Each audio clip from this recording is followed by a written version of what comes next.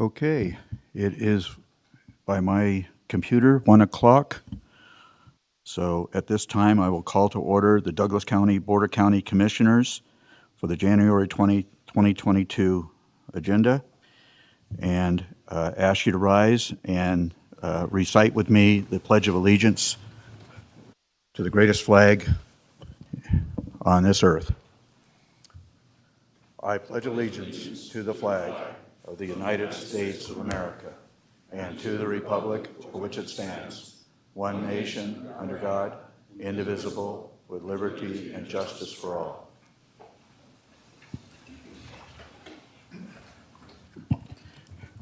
Thank you. To my understanding, Commissioner Ingalls will not be joining us today, so it'll just be the four of us up here. Public comment. Public comment is limited to 3 minutes per speaker unless additional time is granted by the board chairperson, myself. The Board of Commissioners uses timing lights to ensure that everyone has an opportunity to speak. You will see a green light when you begin, and then a yellow light, which indicates that you have 30 seconds left, and you should attempt to, I'll say attempt to conclude your comments. Once the light turns green, we ask you to sit down. Thank you. In addition to opening public comment will also be taken on administrative agenda items that are identified as for possible action and closing public comment. It is requested that members of the public provide public comment on those agenda items that are identified as for possible action when those agenda items are considered and not during open public comment. I do want to make an exception to that, and so I'll identify that at this time. I want to be respectful for those members of our community who are still of the working class and still working. So if an individual wishes to take time off their work and come over and make comments regarding a for possible action item during the opening public comment, we will allow that to happen, and then they can return to work.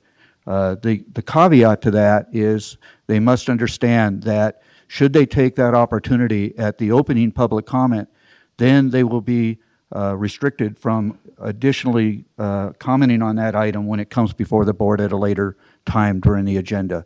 So I hope that's fairly clear. But anyways, I just want to be respectful of the working public. So if you need to make public comment and you're working and you come over during the open public comment, then you can do so at that time and then return to work. So at this time, public comment will be taken on those items that are within the jurisdiction and control of the County Board of Commissioners. We would ask everyone also to please silence their electronic devices as we go into this. And when you come to the podium, if you would sign in and state your name for the record, we would appreciate that as well. And I see Miss Ellie is ready to do opening public comment. So, Miss Ellie.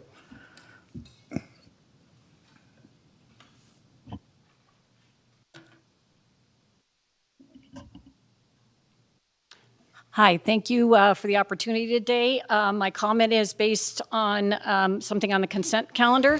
Miss Ellie, you didn't state your name, please. Oh, Ellie Waller, for the record, thank you. The quarter management plan will develop, update, expand, and fill in the gaps of the previous plans, assessments, and studies in order to create a single document for the agencies to utilize for development, implementation, and applying for funding. The map piqued my interest as it includes why I'm requesting you pull consent item F for discussion. I'm curious what the project charter for the US 50 quarter management plan actually includes. I'm most curious as I've raised concerns in the past about the event center, shared road, and what Douglas County is expected to contribute in owning and maintaining that highway segment as stated in the Main Street Management Plan. I provided public comment to you on November 16th. I attended a recent Main Street Management Plan meeting and asked about funding. The public was told that it would be in the next phase. With that said, has Carl Hasty of the Tahoe Transportation District been in touch with Douglas County? We must stay on top of this, and the public must be made aware of financial implications of the implementation of this road segment. I furthermore that week went to the TRPA meeting on November 18th and asked similar questions. Their update stated the financial responsibility and funding issues obviously must be met and secured before commencing the proposed portion of the road changeover to Douglas County. I repeat, the road changeover to Douglas County.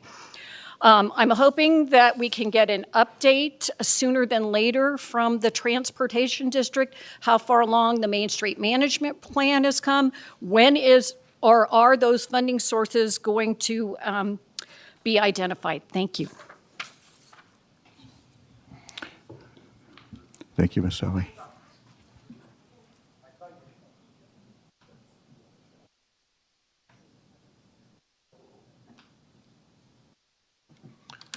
I'm Steve Schlafer. I'm the current coordinator for the Community Emergency Response Team, or CERT. We're the people that are available for emergency management in cases of natural emergencies, fire, flood, that kind of thing. We also support things like the COVID vaccination and testing. We were told last month that we were going to have to undergo an annual background check, part of which includes fingerprints and criminal background check. It seems that annual for that is a bit of an overkill, that the Douglas County taxpayers are going to have to cover those expenses when, in fact, things like concealed carry permits are only required to do every 5 years. The other part of it is basically you have to open up your entire life to the Douglas County Human Resources. They can ask anybody anything they want about you. You have no right to see what information they gather, and they have completely want you to absolve them of all responsibility should that information leak out. So if you lose your house or you get your bank accounts drained because you get your identity stolen because of the information they've gathered, you're on your own, and they make that very clear in their documentation. I, for one, find this highly objectionable, and I am losing certain team members because of it, and I know that other volunteers throughout the county are also dropping out of the programs for the same reasons. Thank you. Thank you, Mr. Schlafer.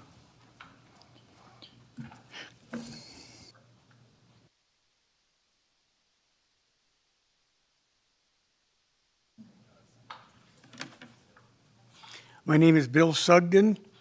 I am the team leader for the Valley for CERT. I'm not a new guy to volunteering. I gave 26 years as a volunteer fireman, so I know about the chain of command. I've started out when they first had the first class for CERT. I've been a member there. I've been the team leader since.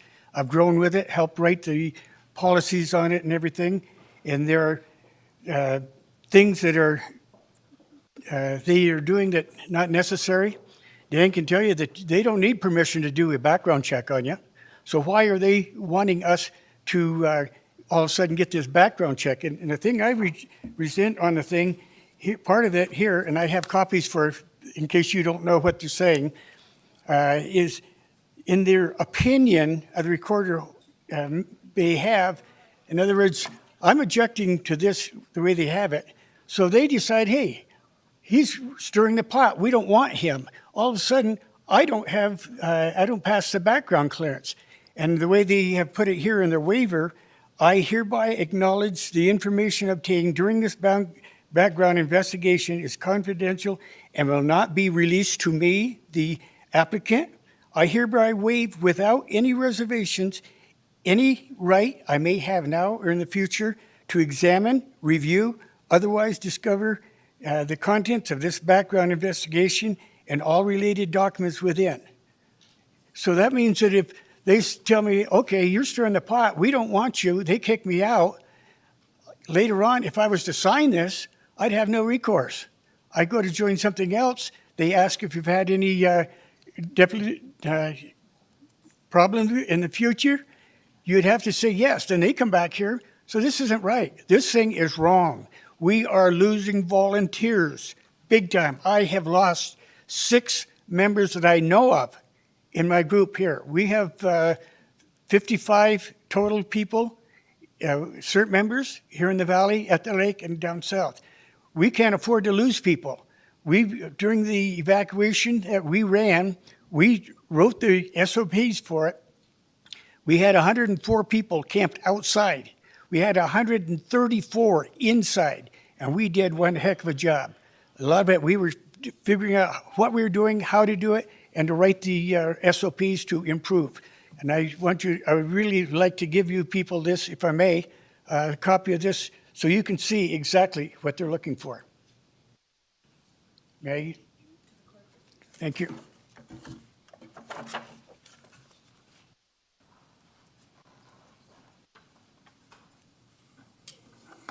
And as I sign in here, Mr. Gardner, I'll try to be good.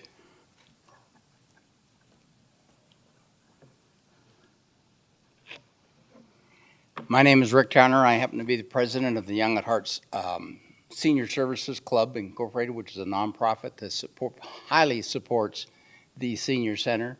We've spent many thousands of dollars on our senior center, and it's a beautiful place if you haven't been there, and I know almost everybody has, I hope. Our problem is the same as, I'm also a CERT volunteer, by the way, just to throw that out at you. Our problem is volunteers.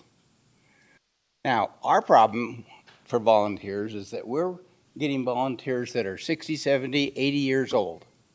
Guess what? They don't have an email. They don't have computers. They don't even have a cell phone unless their kids have decided they have to have one, which then they come and ask me how to make it work.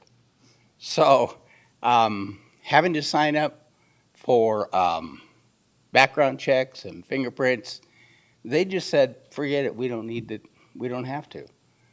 And if you're not aware, the only thing that runs that senior center is volunteers. We do have an administrative staff. We have people that do lunch. Volunteers serve lunch. Volunteers work the front desk and answer all questions and whatever. Volunteers help Young at Heart with events that are coming up and that type of situation. So if there's a way you can make it easier for us to be able to get our volunteers that we need desperately, and since COVID have lost a lot of, we would be appreciative. For your information, we spent 4 months and 400 hours with 6 of our volunteers making sure that all the seniors in Douglas County were available and could get a COVID shot. Because I guarantee you, I don't know how many of you got on the computer, but it was not easy to do. And so, but we did manage to get everybody there. We even drove them if we had to. So those are the type of things we do and why we need volunteers, and appreciate anything you guys can do to help us make it easier. Thank you. Thank you, Rick. Is there any additional?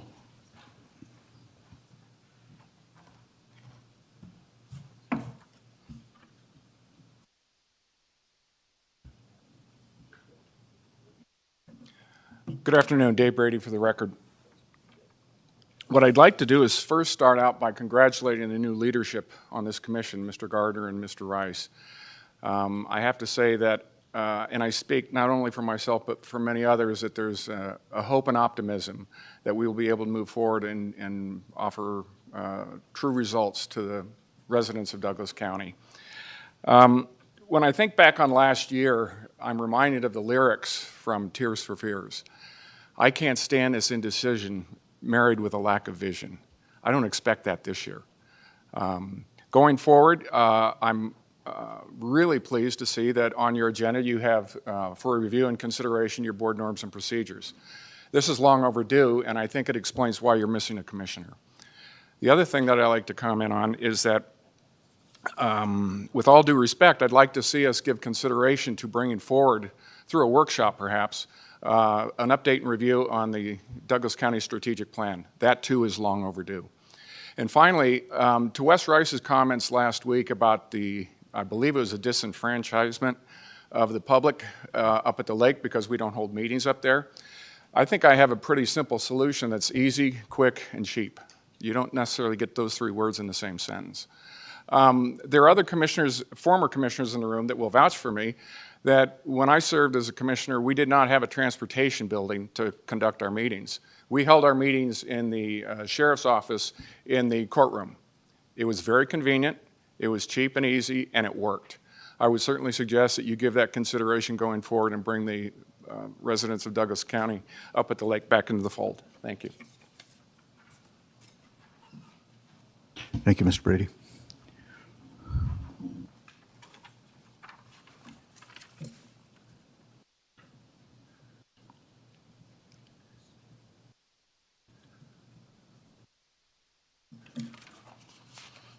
Members of the board, my name is Richard Baker, B-A-K-E-R. I reside at 1260 Jody Court, Gardnerville, 89460. I'm here today in regards to the structure being erected at 1250 Jody Court across my driveway and the effect it's having on us and our surrounding neighbors in the Gardnerville Ranchos. We purchased our home to enjoy the views of Job's Peak, which were spectacular from our front yard. Those views have now been blocked. I sent you guys an email. Hopefully you have pictures that you can be looking at. We understand that a view ordinance does not exist for Douglas County, and I'm asking you to please consider adopting one. While it's too late for us and our neighbors, we're hoping to prevent this from happening to anyone else in Douglas County. This structure could have been placed in a number of other locations on the 4-acre lot across from me, so it would not have been so obtrusive. If only a review process had been in place for a county official to walk the property and see what a negative effect erecting this structure would have had on ourselves and our surrounding neighbors, it would have never been allowed. So much heartache could have been avoided. Please work to put in place a view ordinance for Douglas County. Thank you for your time and consideration. Mr. Baker, could I ask you to deliver that address again? I didn't get that address down in my notes. My address was 1250, 1250 is where the structure is being erected, okay. and I'm at 1260. What's the court? 1250 Jody Court. Jody Court, okay, thank you. That's where the structure is. Okay. Okay, thank you. Is there any additional public comment here in chambers?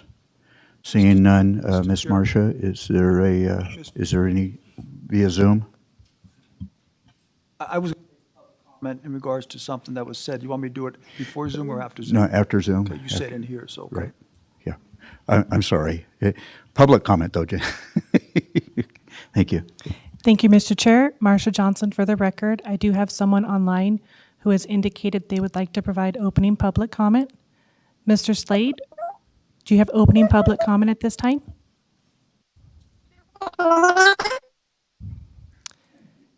Mr. Slade, your audio is coming through distorted.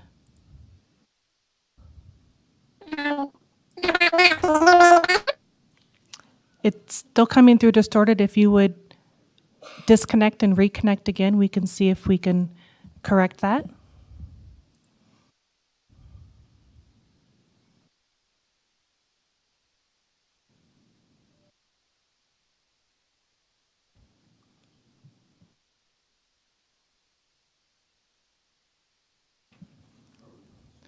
Mr. Slade, do you want to try again?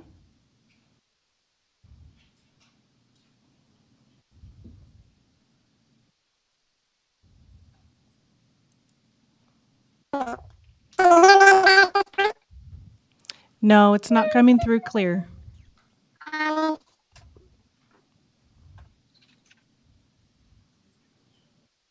you want to try calling in?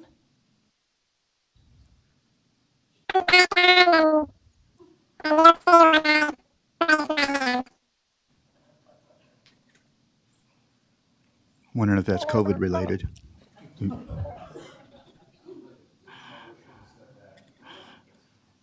Mr. Slade, if you can try calling in, we can see if we can get your public comment at that time. But your audio is not coming through clear on our end.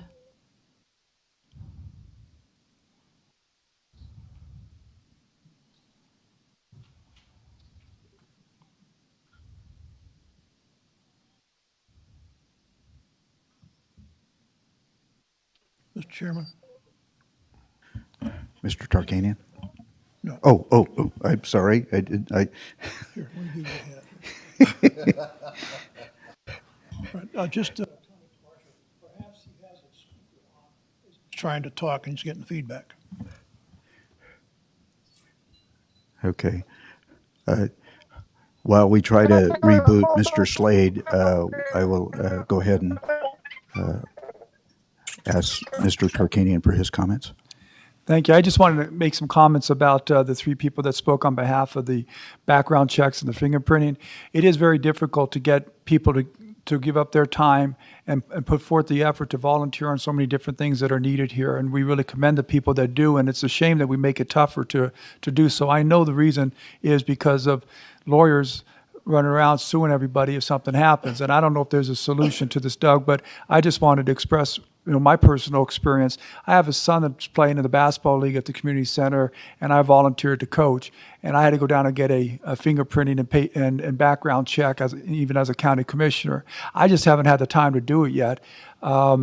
And unfortunately, I haven't been able to help my son's team.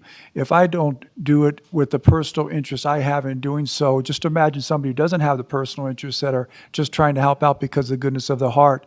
I would hope there's something we can do to make it maybe a little bit more less burdensome for these people, at the same time protect whatever we have to protect legally from Douglas County. It's a shame that because we worry about the far extreme possibilities, we lose out on so many good people willing to help out. Thank you. Thank you, Mr. Tarkanian. Do we have Mr. Slade back now? I do have a caller that I will check to see if that caller has opening public comment. Caller ending in 0780, do you have opening public comment? It's Jim Slade. Can you hear me? Yes, your audio is coming through clearly. Please state your name and we'll start your time for the record. Thank you. Jim Slade. First of all, I share the sentiment expressed by Commissioner Rice last meeting in mourning the passing of Bob Cook. He was involved in so many organizations here. He was a valued citizen, particularly involved with the community center, and he will be missed by a great many. I would also like to note the passing of another noteworthy resident, Gary Griffith. He served 20 years in the Air Force, and like a lot of good airmen, he's had a second career in aerospace. He retired to Gardnerville in 1992 and was involved in a number of community issues that he was concerned about, including Nevada's wild horses. He helped operate a nonprofit for the prevention of cruelty to animals, and he was very involved in Protect East Valley, the organization that was successful in preventing the building of a gravel pit in the East Valley area. So I would just like to note his passing as well. He was a loyal citizen here. I'd also like to comment on item number 2, which is for presentation only. I commend the board for choosing option number 1 at your last meeting. Although honestly, I can't imagine that you would have chosen any other one. It was the only one that met the guidelines. It was the most equal in population. It had the most community integrity. It made absolutely no sense to, as options 2 and 3 did, to put the Foothill area into the South County area. You know, all of Foothill is west of Highway 88 and the South County district, Ruinstrath and TRE and that area down that way, Pine, whatever it is. Those are all south on 395 and mostly to the east of 395. And to get from that area to the Foothill area would have required going through 2 different districts, 2 different commissioner districts. So the option 1 is the one that reflects the core of existing districts. But, you know, the most clear cut was that the guideline number 6 about the current incumbents and avoiding contests between incumbents. You know, that made, as Mr. Tarkanian rightfully pointed out, the only acceptable alternative, since it would have cut Commissioner Engels out of his district. The clerk's office didn't seem to know that when they put out their options. Redistricting is done once every 10 years. Someone in the clerk's office should have taken 10 minutes to determine where the commissioners lived. I can do that in 10 minutes, and I'm no expert on the computer.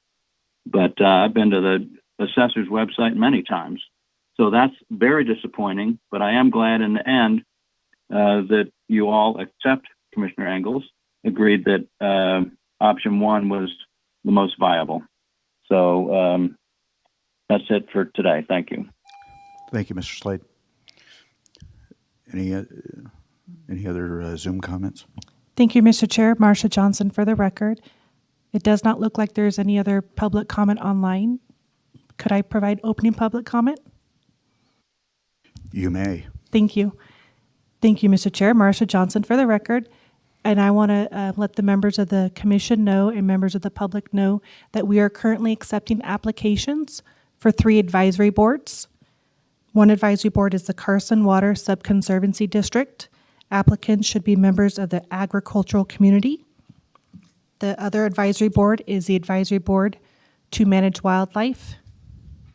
And the third advisory board is the Senior Service and Public Transit Advisory Board. Applicants for this board should be residents of Douglas County living at the Lake Tahoe Township. Application deadline is January 31st at 5 p.m.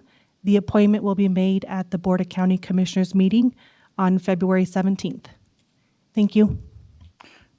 Thank you, Ms. Marcia. So I had a couple of comments. Number one, I know that this is the first time I've heard about this CERT problem in the applications, and I trust that that's probably true of my fellow commissioners. So that's certainly something we need to take a look at, and we'll be looking into. It's evident by the amount of, we have 10 or more advisory boards that have mostly 5 or more members. So we have a tremendous outpouring of volunteers in this community, and we certainly don't want to turn any of that activity off, because it certainly is an enhancement to our community. So I can promise you, members of CERT, that we will look into that issue. Okay, so I wanted to say that. Mr. Brady talked about the strategic plan, and I agree with him that we need to have a public forum, and it's a document that's hasn't been reviewed in some time. So I think we need to schedule a public forum to take a look at the strategic plan with possible changes, and to bring that back to this board for future approval. So I just wanted to say that. So Mr. Cates. If I may, I'd like to add to public comments. Please do so. And the issue of background checks and CERT, I did receive an email from Mr. Towner, which I responded to early this morning. And if I may, it's pretty short. I'd like to read my response, maybe give a little context to the board and the public. I said, thank you for sharing your concerns. We have been struggling to streamline our background process for volunteers. Prior to last year, we had no consistent process. Some received no background, some were done out of compliance with state requirements. We were basically leaving it up to every department to do backgrounds, and some weren't being done at all. That is why we consolidated them in HR. This impacts a wide variety of programs. There are multiple requirements, particularly for grant-funded programs that involve children or vulnerable populations. Failure to perform adequate background checks can put funding at risk and create significant liabilities for the county, and of course potential risks to those being served. One point of delay involves the processing of fingerprints by the Nevada Department of Public Safety. During COVID, they have become backlogged, resulting in significant delays. This has impacted not only our volunteers, but the hiring of new employees as well. We are feeling the impact across programs. Sorry, I just lost my place. Hang on a second. Having said that, I understand how vital volunteers are to the county, our programs, and our citizens. I have great respect for those who freely give their time to help the community. Based on your feedback, I will meet once again with our HR director and deputy district attorney to see where we are with current backlogs and what, if anything, we can do to streamline the process. As I'm sure you know, East Fork Fire District serves as the county's emergency manager. Chief Carlini and I recently agreed to transfer CERT volunteer administration from the county to East Fork. While they will generally need to follow the same requirements, I am hopeful that with a smaller number of volunteers to administer, they will be able to more quickly process backgrounds for CERT members. Thank you, Mr. Cates. So, okay, so we still need to, we're going to go forward with it and look into it. So, okay, thank you. Okay, so we'll move on to the next item, approval agenda for possible action. Approval of the proposed agenda. The Board of Commissioners reserves the right to take items in a different order to accomplish business in the most efficient manner, to combine two or more agenda items for consideration, and to remove items from the agenda or delay discussion relating to items on the agenda. I will at this time entertain a motion to approve the agenda. Mr. Chairman, I move that we approve the agenda as presented, with the exception of number F should be pulled for further consideration at the request of, okay. So I move that the agenda be approved as presented. Okay, I have a motion by Commissioner Rice, seconded by Commissioner Tarkanian. All those in favor signify by saying aye. Aye. Okay, passes 4-0. Approval of previous minutes for possible action. And I will indicate that, yes, the public has asked for item F of the consent calendar, so when we get to that item, we will move that item to the admin calendar. But right now, approval of previous minutes for possible action, discussion to approve the draft minutes of December 16, 2021 regular meeting of the Board of County Commissioners. Once again, are there any corrections or additions to those minutes? Sensing no corrections or additions, I will ask for a motion to approve as presented. Mr. Chairman, I move that we accept the minutes of December 16th as written. I'll second. Okay, motion by Commissioner Noasat, seconded by Commissioner Rice to approve the draft minutes of December 16, 2021 regular meeting of the Board of County Commissioners. All those in favor by signify by saying aye. Aye. That passes 4-0.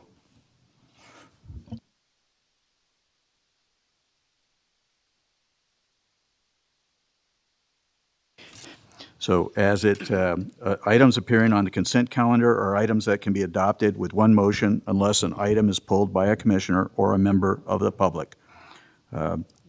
Members of the public who wish to have a consent item placed on the administrative calendar shall make that request during the public comment section at the beginning of the meeting and specifically state why they are making that request.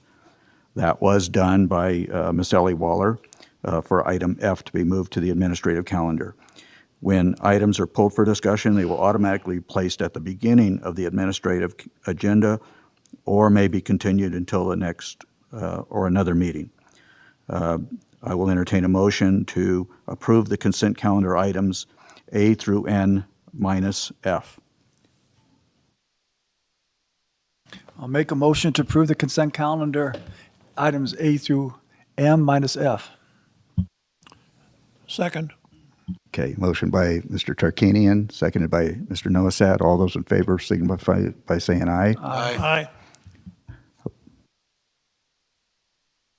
Passes 4-0.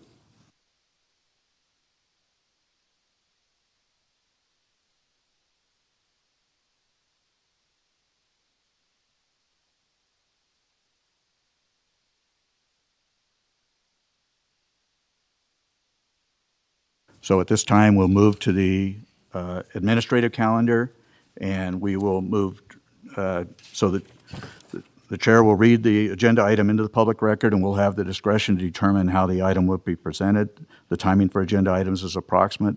Well, there is no timing on this any longer. We've changed our formatting on our presentation, so there's no longer a time, so we'll need to adjust that. So I won't have to repeat that. Okay. Agenda items may be considered ahead or after the schedule indicated, well, by this calendar or agenda. Public comment will be taken on items that are identified for possible action. So we will move to the first item now, is item F of the consent calendar. And I believe Scott Morgan has joined us for that presentation.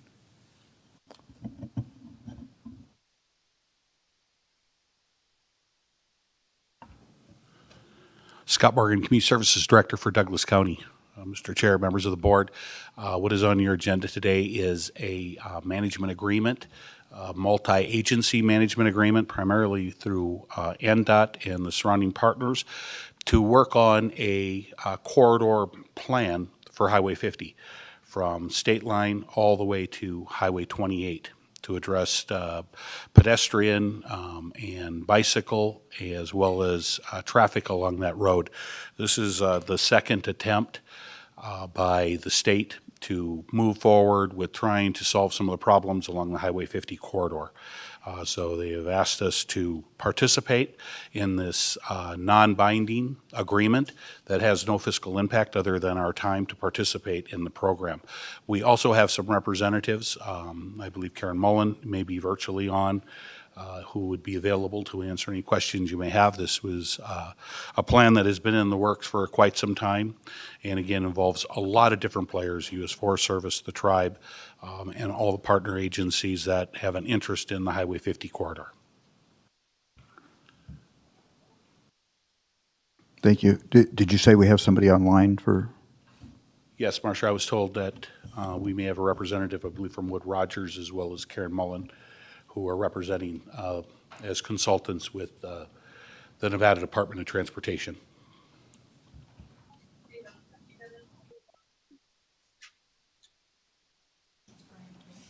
Yes.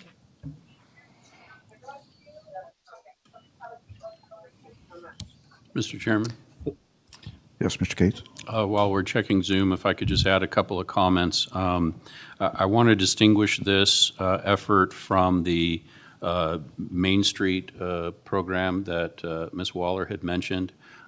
They're not the same thing. So we did some planning with TRPA and the Transportation District on what could be done with the State Line Casino Corridor in the event that the Loop Road was built. And the Loop Road is supposed to be diverting the highway to the east, getting it away from the core of South Lake Tahoe and State Line. That was a plan that was completed and accepted by TRPA. There will be no action on that plan until such time as the Loop Road is built. And I don't believe that's going to happen anytime soon. There are requirements for the city of South Lake Tahoe to provide housing to neighborhoods that would be displaced. And I believe they're at the very preliminary stages of that. There is no funding by NDOT or Caltrans to do the Loop Road. It's a long-term planning document. So questions about where the funding is going to come from, it's just a plan, and nothing is going to come to fruition of that until that much larger project, which I believe to be years away, is completed. Thank you. Thank you, Mr. Chair. Marcia Johnson for the record. Brian, I've unmuted you. Can you please state your name for the record? Yeah, Brian Gant, Project Manager with Wood Rogers on the US 50 East Shore Corridor Management Plan. Thank you, Brian. Your audio is coming through clearly. You can speak. Okay, excellent. Just wanted to reiterate Scott's response in that this charter that's before you today is it's a agreement around a cooperation amongst all the participating agencies. It sets forth communication protocols and issue resolution, as well as identify some initial goals and vision for the overall study. As mentioned, it does not have a fiscal component to it, and it does not incorporate the endorsement or advancement of any alternatives. It's essentially an agreement that that states that all the agencies will work together in a cooperative manner.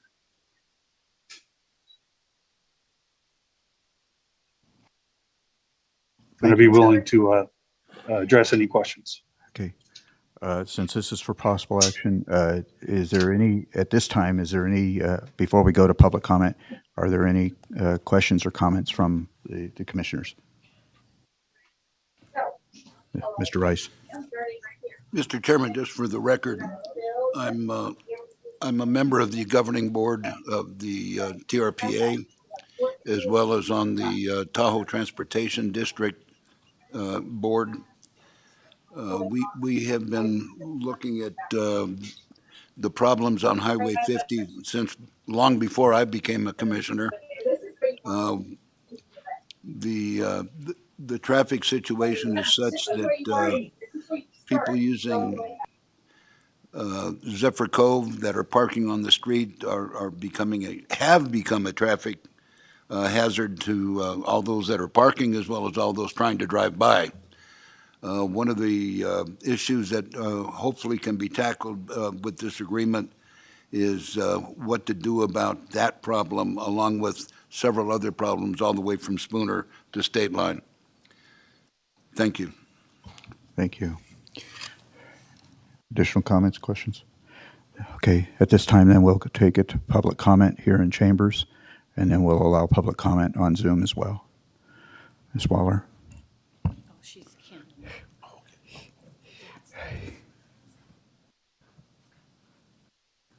Ellie Waller, is that right? It's on? Yes. Ellie Waller, thank you again for the clarifications. Manager Cates and Commissioner Rice, we just haven't heard anything much about that plan, and I'm always concerned about what it might cost the taxpayers of the county when this does come forward. I lived in Placer County when we took over a road segment in Kings Beach, and we're still having issues with the final funding for it there. I do stay on top of some of the issues that I left behind. Thank you.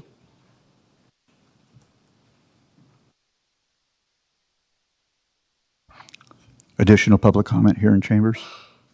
Seeing none, are there any public comment on Zoom? Thank you, Mr. Chair. Marsha Johnson for the record. There's no public comment online at this time. Okay, and we'll take it back to the board for further comment or questions or a possible motion. Mr. Chairman, I'd like to make a motion. Mr. Chairman, I move that we accept item F on the consent calendar to approve the project charter for the U.S. Highway 50 Corridor Management Plan and authorize the county manager to sign all related documents. And this is a non-binding agreement that sets forth partnership cooperation for the planning process. I'll second the motion. Okay, motion by Commissioner Rice, seconded by Commissioner Noasad to approve the project charter for the US 50 corridor. All those in favor signify by saying aye. Aye.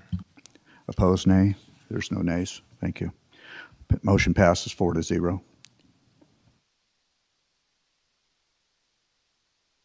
Okay, we will now move to the regular administrative agenda and move to item 1. This is for presentation only. An update from the U.S. Department of Interior, Bureau of Land Management, BLM, Carson City District Office of the BLM's activities in Douglas County.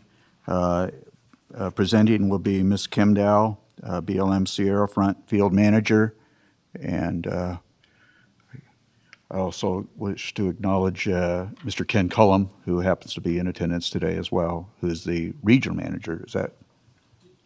District manager. Okay. Want to get titles right. Thank you. Ms. Dow. Good afternoon. Thank you. I'm Kim Dow. I'm the Sierra Front Field Manager in the BLM Carson City District. I'd like to thank the county commissioners for having us today. It's a pleasure to be here. We have a couple of items just to update you on. It should be fairly brief, and then we can certainly answer any questions that you may have. Regarding the Douglas County Sediment Basin Project, the Carson City BLM is continuing to work with Douglas County on the environmental analysis. This will eventually permit a right-of-way to construct and maintain sediment basins for flood control. We completed scoping last summer, and we are currently completing internal review of the administrative draft environmental assessment. The next project we wanted to update you on is the Painted Rock Mine Environmental Assessment. We've briefed you on this one before. This is the proposed gravel mine located on tribal allotment lands with access proposed across BLM. The Bureau of Indian Affairs is the lead federal agency, and then BLM and Douglas County are cooperating agencies. The current status of this is that the Bureau of Indian Affairs is finalizing Chapter 3, and they are also working with the contractor on an updated timeline. We have 2 SNPLMA conservation easement projects. The first one is Van Sickle. With that one, we're working very closely with Gale Tig and Douglas County to finalize the acquisition and monitoring plan, and I'm excited to report that we are anticipating completing this effort in late spring or early summer of this year. The second one is the Dangberg Conservation Easement, and this one was terminated last month after several unsuccessful attempts to obtain an appraisal that was acceptable to the Appraisal and Valuation Services Office. A newer project is the Pine Nut Mountains Abandoned Mine Hazard Closures. We're working with the Nevada Department of Minerals Abandoned Mines Program to close 70 hazardous abandoned mine features in the Pine Nut Mountains. So as I said, this is a fairly new project, so we're just at the beginning stages of this one. The Douglas County Shooting Range, BLM staff is coordinating with Douglas County Park Superintendent Ryan Stanton to discuss safety signage along trails on BLM that approach the county shooting range. These signs would just alert members of the public that they're approaching a shooting area. The post-fire restoration and Indian Creek recreation area, as you know, the Tamarack fire burned through both Douglas County and neighboring Alpine County, where we have our Indian Creek recreation area. We're continuing to implement the Tamarack restoration effort. Our crews so far have removed a significant amount of debris and hazard trees. We're going to continue that effort this summer with salvage logging and begin revegetation efforts. And then lastly, I wanted to call your attention to a map that hopefully is displaying on the screen, and I believe you have a hard copy in front of you. We do have some copies for the public outside, if you're interested in taking one. So this is an effort on the camping closure for Douglas County. This came up at the last county commissioner meeting, where there were some concerns about camping next to the housing area. Oh, my goodness, I'm sorry. District Manager Ken Collum and Supervisory Law Enforcement Ranger Logan Briscoe met with the community to learn more about the specific areas that were of concern for camping. And our law enforcement rangers also coordinated with Douglas County Law Enforcement to provide a coordinated response to this transient camping issue and other camping that is of concern. After that coordination, BLM decided to move forward with closing the camping in some areas to address public health and safety concerns. And this effort is intended to move campers deeper into public lands and away from the residential areas. The closure only pertains to overnight camping. It would not affect any other uses on public lands. So drawing your attention to the map, the area that you see in the green color identifies the area that would be closed to camping, and it does include the areas identified by the community as a concern, as well as other areas that our law enforcement rangers recommended for closing. And then you'll see the yellow color on the map. That identifies the area that BLM will remain open for camping under the 14-day camping rule.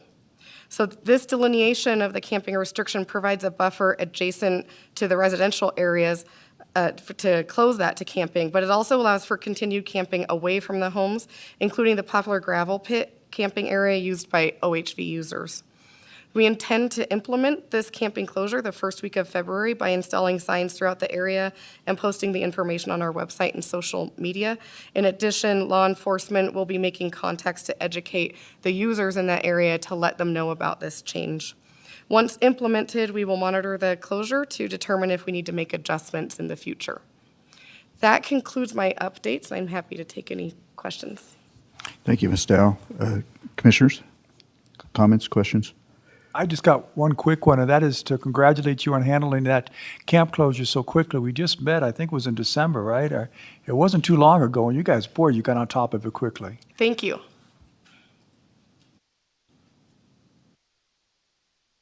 No, thank you. Thank you, Ms. Dow. Yes, I would want to echo Mr. Tarkanian's comments. At first, I didn't see the legend, and I finally found the legend. So we're looking at least a half a mile in most cases, or further in most cases regarding the overnight camping. So anyways, I did want to make sure that a member of our audience, Mr. Jackson, Jim Jackson, who represents that area out there, community leaders out there, and concerned residents, making sure that he gets a copy of this map. So, okay. And then, of course, the other area that I've been getting a lot of comments about is the Tamarack Fire areas south of Leviathan Mine down to 208. And the question that I've been getting out of residents is what is going to, we've seen all of the trees that are being felled, but is there a cleanup effort that's going to take place to take those out of there, or there's going to be a massive bonfire out there to get rid of it, or what's your plans in that regard? There is an and effort. The timing. Yeah, there is an effort to remove the trees where possible. Some of the trees, of course, far away from the road are difficult to remove. Although if they are presenting a hazard, there will be an effort to remove those. It's a multi-agency effort. We have agencies that have rights of way throughout the BLM land. There's Forest Service as well and BLM. So everyone is responsible for managing that on their own responsible areas. So we are working with Liberty Utilities to remove those trees, and we're working on our own efforts to remove trees. We have removed some and put them into a decking area, and we did successfully sell some of those trees actually, but that's going to be an ongoing effort. With all of the fires that had occurred last year, you can imagine there's a shortage of people to do that work. So we are working on it, and we'll continue working on that. The hazard trees are our biggest priority. Thank you. Certainly the removal of those trees and basically the eye evidence that travelers see, especially the residents in that area, that I commend you for that effort, because otherwise the scars just bring back bad memories. But the sooner we can get that removed and reforested and start seeing some greenery back in that area, it's going to be certainly a boon for this county. So I thank you for your efforts in that regard. Absolutely. Thank you. Okay. No other comments? Then we'll thank Ms. Stow for her presentation. And I guess this board has asked for, what do we ask for, like a quarterly update on various things? So we look forward to seeing you again maybe in 3 or 4 months then. So thank you again. All right. Thank you for your time today. Okay.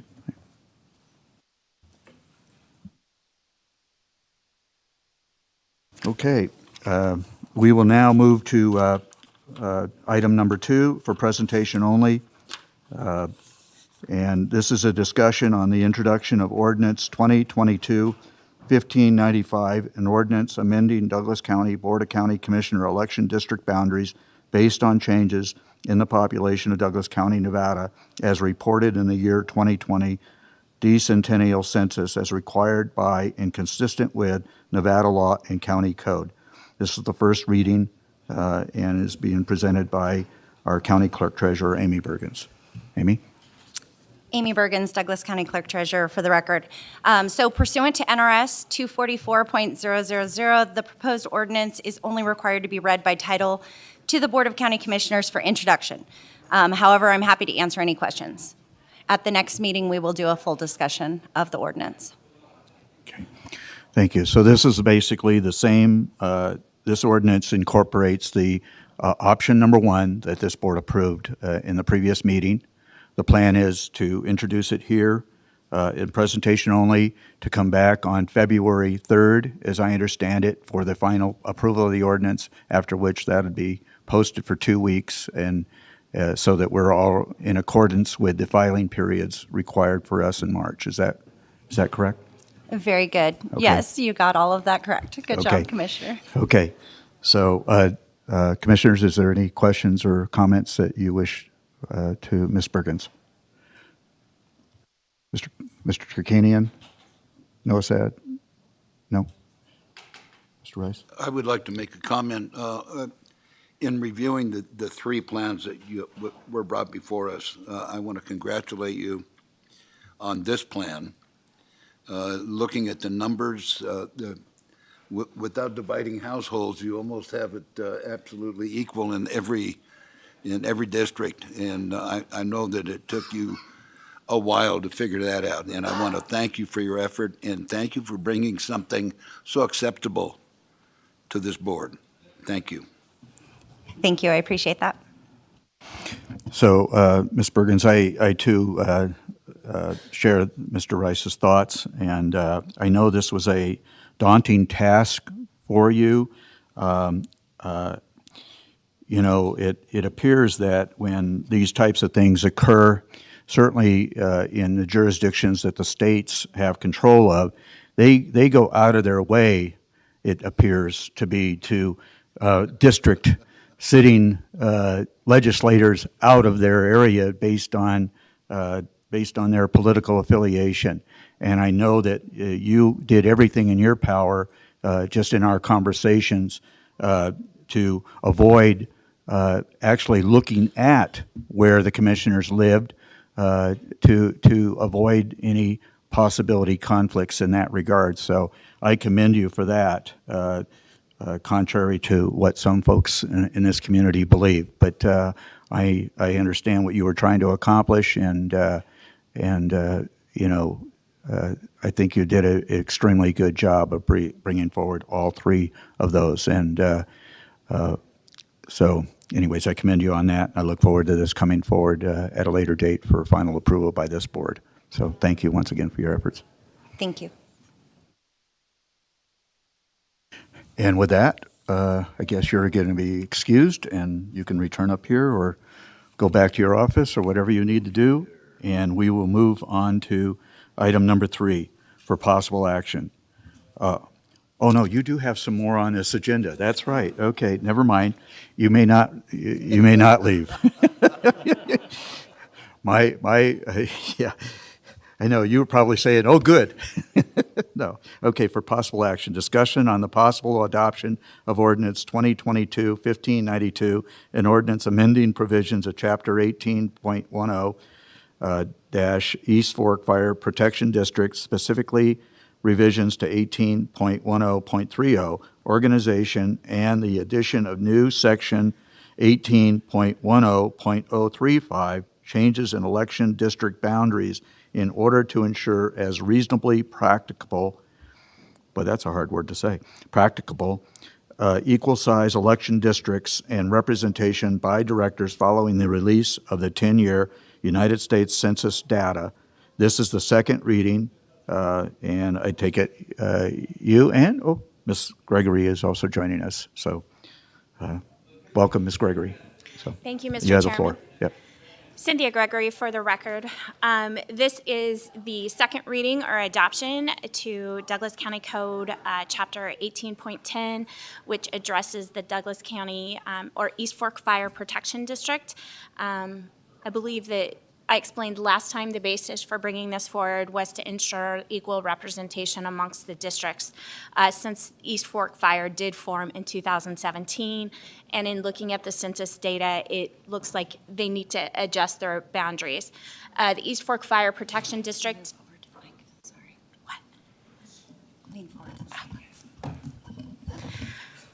Sorry about that. The East Fork Fire Protection District Board did request that the county bring this forward and did approve the change.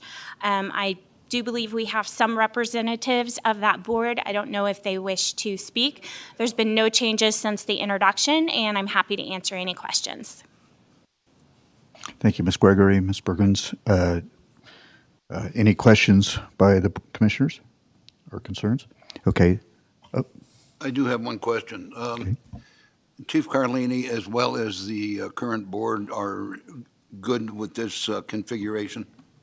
Absolutely. This language was taken to their board back in December, and they approved it. And I can tell you, Chief Carlini, as well as Barbara Griffin and Jock Etchegoyen worked closely with Ms. Bergens and myself in ensuring the language is something that would work for them.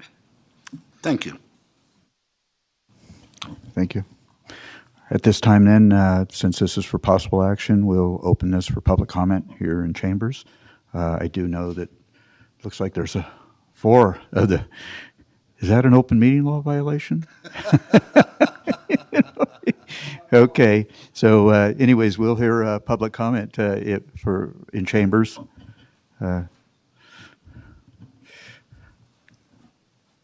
For the record, Jacques Etchegoyen. Mr. Chairman, I am the president of the East Fork Fire Protection District, and we appreciate your consideration of this matter. And I have to say, it was an absolute pleasure working with your staff through this. And, you know, I found life to be a lot easier if you surround yourself with people smarter than I am, and it works well. Anyway, I just wanted to say thank you for your consideration of this matter. Thank you, Mr. Jacques. Based on your comment, you know, it raises concerns about the fact that you served on this board for 12 years. So just an observation. But anyways, any others for public comment? Seeing no further comment in chambers, Ms. Johnson, do we have any Zoom comments? Thank you, Mr. Chair. Marsha Johnson for the record. There's no public comment online at this time. Okay, seeing no further comment, I'll bring it back to the board for further comment, discussion, or possible motion. Well, I just wanted to say that we're all thankful for Amy's superior intelligence. So, I'd like to make a motion to adopt ordinance 2022-1592, amending the election districts for the East Fork Fire Protection District as presented. Second. Okay, motion by Commissioner Tarkanian, seconded by Commissioner Noah Sad to adopt ordinance 2022-1592, amending provisions of Chapter 18.10 in order to ensure reasonable, practical, equal size election districts and representation by directors following the release of the 10-year United States Census data.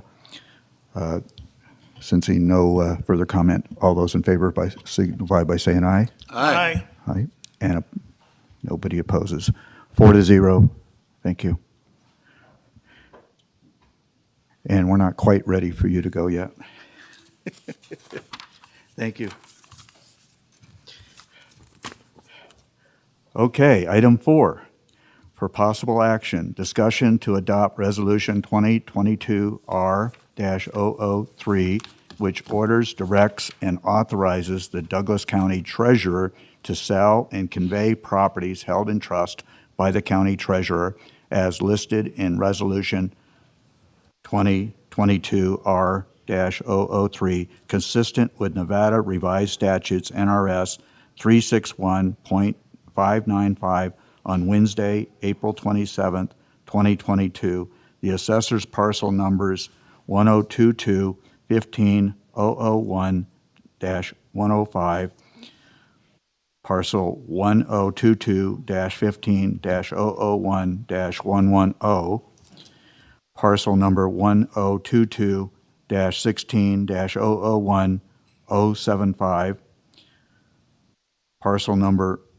1022-22-000-022, 1121-05-000-015,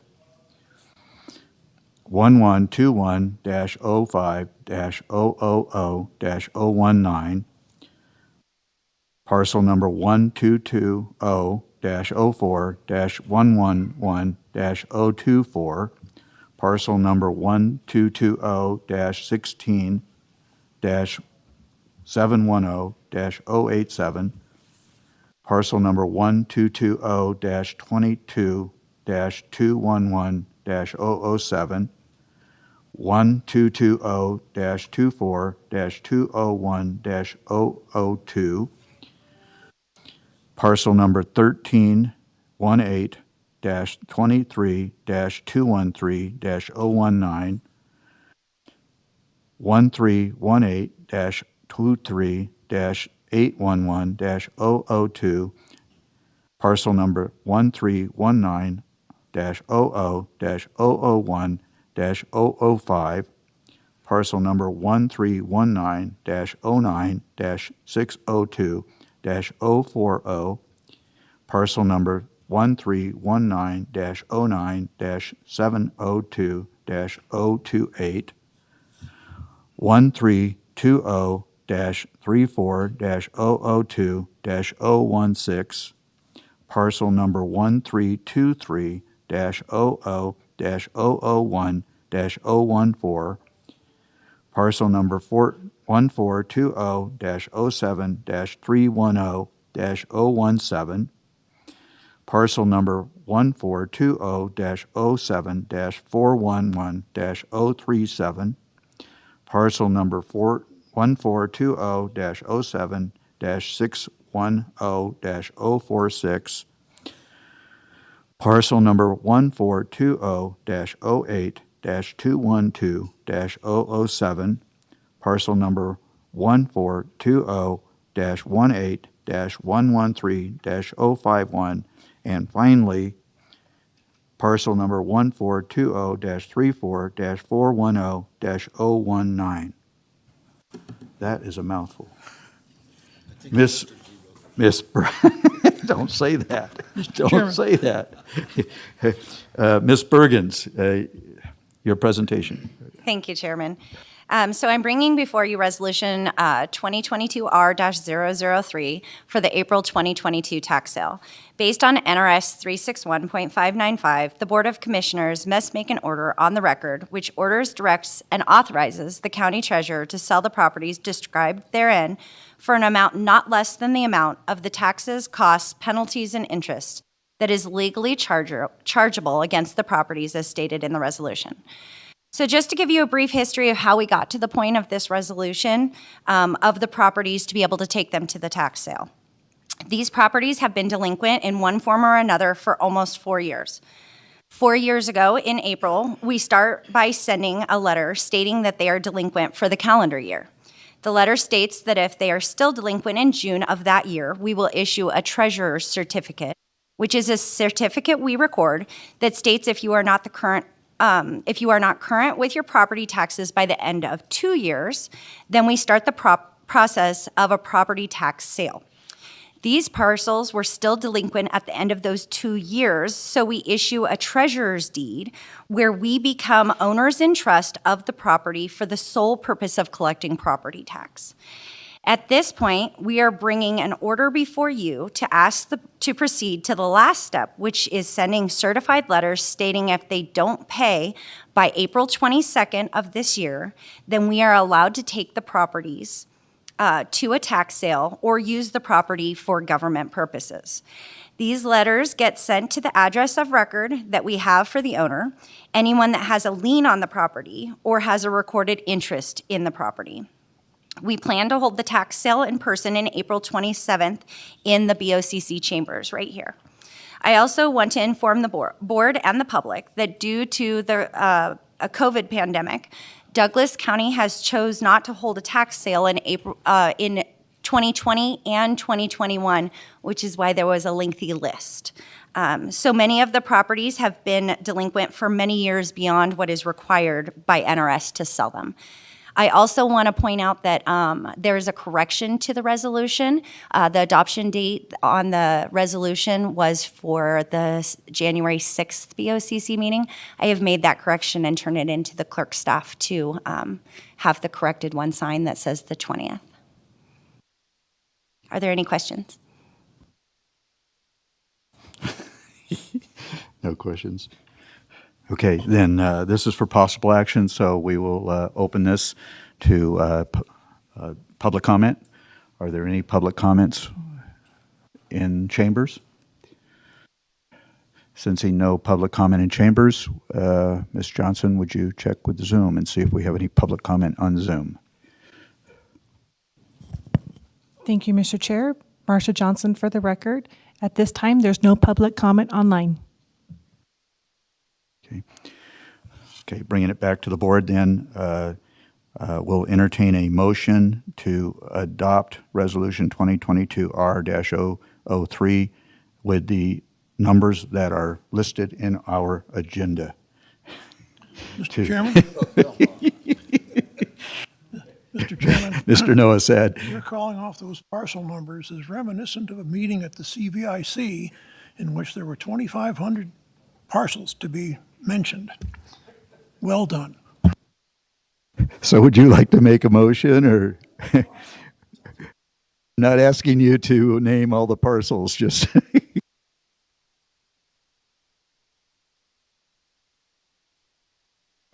I guess that leaves it to me. I don't intend to. I move that we adopt Resolution 2022 R-003, which orders, directs, and authorizes the Douglas County Treasurer to sell or convey properties held in trust by the County Treasurer as listed in Resolution 2022 R-003, consistent with Nevada revised statutes. Thank you. We have a motion by Commissioner Rice. Do I hear a second? Second, please. Okay, and seconded by Commissioner Tarkanian. Any further discussion? No discussion? All those in favor signify by saying aye. Aye. Aye. Motion passes 4-0. Thank you. Now I think you can return to your seat. Or okay, thank you. We'll go to item number 5 then. For possible action, discussion on the grant proposal submitted to Douglas County for the 2022 Community Development Block Grant CDBG program to direct staff to submit grant applications to the state's Community Development Block Grant Program Office for consideration and solicit comments from the public on the grant proposals. And who do we have that's going to make that presentation, Mr. Cates? I am, Mr. Chairman, Lucille Rayo from Community I did see Development. you online. Okay, so we have Ms. Rao online? Correct. Can you see me now? Thank you, yes. Okay, great. You may go. Good afternoon. Thank you, Mr. Chairman. For the record, Lucille Rayo, Community Development. I have with me via Zoom Sarah Sanchez, the director of the Carson Valley Community Food Closet. She's here to describe her project and is also available for questions.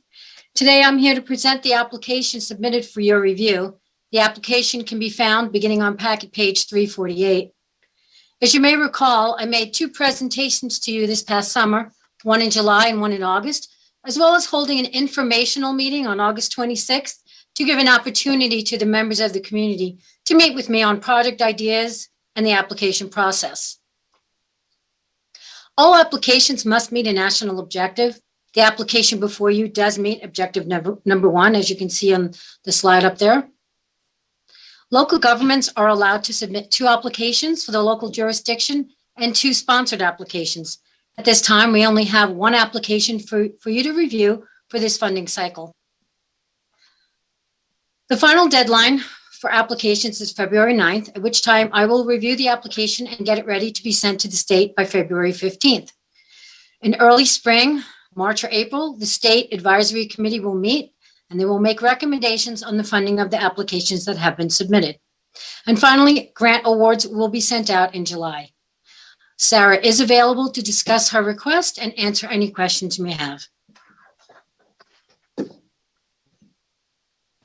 Thank you, Ms. Rao. Questions, comments from the board?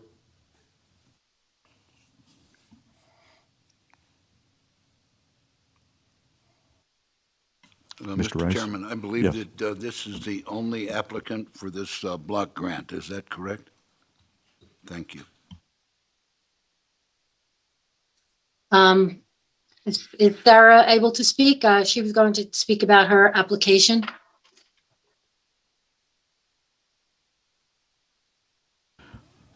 That's fine. She might be having problems. I'm not sure. Here, this is Sarah Sanchez, director of the Carson Valley Community Food Closet.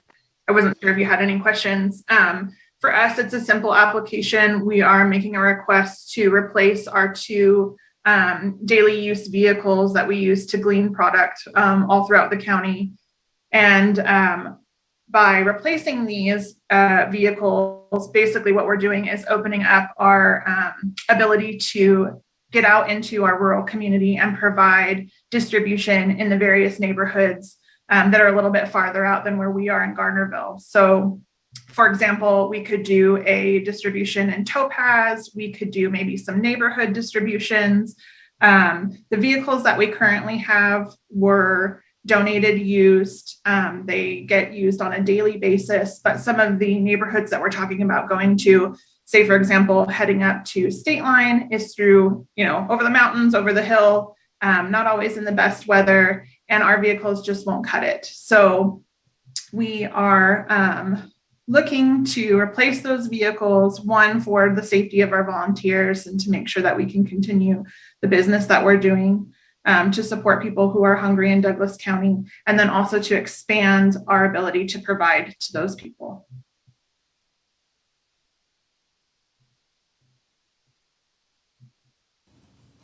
Thank you, Ms. Sanchez. Okay. This is for possible action.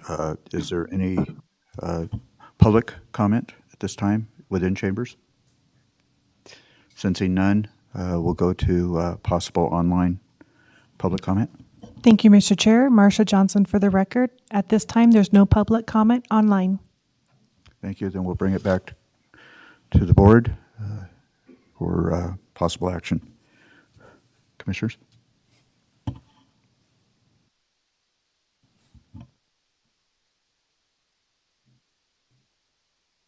We have one application. We could have had four, and the money's coming from the state, not the county taxpayers. We should really be pushing this as the county to get more of these applications in. We certainly aren't going to deny the only one that applied, right? That is correct. For the record, Lucille Rayo. Okay. So I'll entertain a motion to that effect.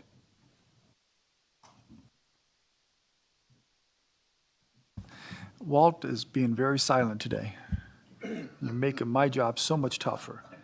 So I will make a motion to direct staff to complete and submit approved applications to the Governor's Office of Economic Development for the 2022 Community Development Block Grant funding cycle. I'll second the motion. Okay, motion by Commissioner Tarkanian, seconded by Commissioner Noah Sad. All those in favor signify by saying aye. Aye. Motion passes 4-0. Thank you. Thank you, Mr. Chairman. Yes, Ms. Rao. No, I said thank you. Oh, okay. And thank you for your presentation. So, okay, moving right along. How's the feeling of the board? Are we good to go, or anybody need a break? I do, Nope. but I can wait for one more. Okay, Seeing as okay. how she's already setting. Okay, so we'll move right along. Item number 6, for possible action, discussion to adopt Resolution 2022R-007, increasing the fiscal year 2021-22 budgets of various county funds from greater than anticipated opening fund balances by $28,856,219 for restricted funds $3,948,041 and capital improvement projects $23,757,456, budget corrections $733,861, and department requests of $416,861. And we have our CFO here today instead of Ms. Cartwright. So, Ms. Willoughby, you may proceed. Thank you, Terry Willoughby, for the record. Little background on this information. What adjusted opening fund balance is, we project the fund balance when we do the budget back in April. And then we finish our audit. So it's adjusted opening fund balance is the difference between the audited balance and what we thought we were going to have. So in this case, it's positive. A little more background. In January of 2021, the board approved policy 300.20, which is the budget augmentation and transfer policy, which restricted and streamlined the process for augments from opening fund balance to make sure that we were, instead of doing one-off things mid-year, we wanted to roll anything that was possible into the regular budget cycle, which will start in a few months. So with that, I'll give you the breakdown again as read. The restricted funds are 3.9 million. Capital improvement projects, these are existing capital projects. These are not new. These are already been approved by the board. The majority of that 23 million is allocated to Cave Rock, which is because it's part of that's bond funded. We budget that whole project up front when we get the funding, and then we carry the project over time because it's a multi-year project. We had a few budget corrections of 733,000. And department requests are only 416,000, and those are listed in your packet, and I'd be happy to go over any of them. These are things that we have vetted out among the group and management that they are emergency items that could not wait until the next fiscal year to be approved. So that's why you're hearing them now as an exception to that policy. With that, I'd be happy to answer any questions. Thank you. Commissioners? Okay, this is an action item, so we'll go to chambers for possible public comments. Sensing none in chambers, Ms. Johnson, will you check online and see if we have anybody there? Thank you, Mr. Chair. Marsha Johnson for the record. At this time, we have no public comment online. Okay, well, making things simple. Okay, so at this time, we'll bring it back to the board for further comment or possible action. Mr. Chairman, I move that we adopt Resolution 22R-007, increasing the fiscal year 2021-22 budgets of various county funds from greater than anticipated opening fund balances. A motion by Commissioner Rice. Do I have a second? Second. Seconded by Commissioner Tarkanian. No further comment? All those in favor signify by saying aye. Aye. Opposed? Nay. Well, there's nobody opposed. Anyways, 4-0. Thank you very much, Ms. Willoughby. Thank you, Terry Willoughby, for the record. Thank you. And I want to commend our departments who really worked hard. This was a big change for them to not bring things back mid-year, and we've had a really good response, and I want to thank them and my team for working together. Thank you. So at this time, we will take, what do we need? 15. About 15? Okay. Looking at the clock, we'll bring it back at 20 minutes to 3. Okay? That's given us a little bit more than 15. Okay.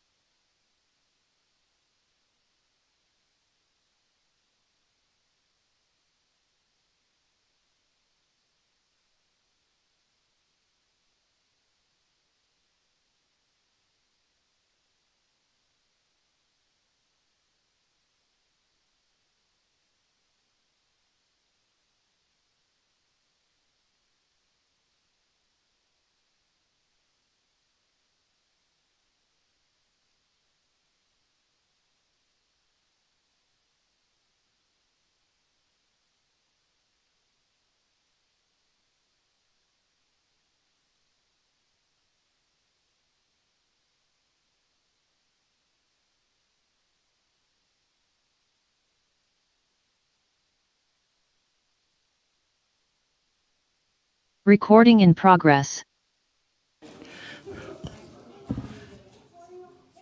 If we could have the commissioners resume their seats.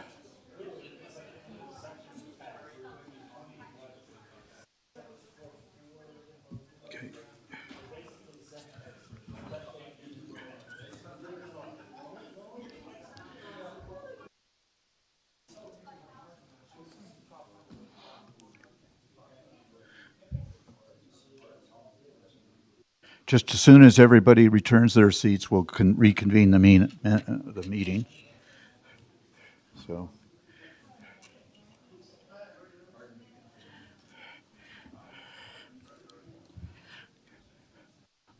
Okay, it's 4:20, 2:40, getting dyslexic, 2:40. We will resume the meeting of the Douglas County Board of Commissioners meeting for January 20, 2022. And we will now go to item number 7 for possible action. Discussion to create 3 new full-time positions for the Douglas County Vacation Home Rental VHR program to include a VHR program manager, grade M1, with a pay grade of 34.64 to 51.97 cents per hour, and an office specialist, grade A3, which has a pay differential of 17.79 to 26.68 for fiscal year 2021-22, and beginning in fiscal year 22-23, a counter technician, grade T1, 19.79 to 29.68 per hour. The cost of two of the positions is estimated to be $47,033 for the remaining portion of fiscal year 2021-22, and the cost for all 3 positions for fiscal year 2022-23, beginning in July of 2022, is estimated to be $233,757. And our Assistant County Manager, Jennifer Davidson, will be making this presentation. Jennifer? Thank you, Mr. Chairman, members of the Commission. Jennifer Davidson, Assistant County Manager, for the record. This item appears before you this afternoon at the request of our VHR program team. I can tell you that we understand very much that it is the desire of this county commission to see the VHR program be successful. And an important part of this program being successful is ensuring that it is adequately staffed with the appropriate resources to accomplish the goals and objectives of this commission. I can tell you at this time, we need more help. Frankly, we are drowning in paperwork. This program is extremely dynamic and very complex. In July of this year, we created a number of new rules to the program that did not exist before. With it came a lot of paperwork. We need a team behind the code enforcement team to ensure that this paperwork is being done, that we are creating processes and improving procedures so that we can be more efficient at the work that we are doing, and that we can properly enforce the rules of this program. To drive my point home, in addition to my staff report, I'm providing for you here today a visual of the type of paperwork that I'm talking about that this team is processing and going through. This represents the administrative work of the task force, including the vast variety of research that I did with them and the amount of paperwork that they have reviewed.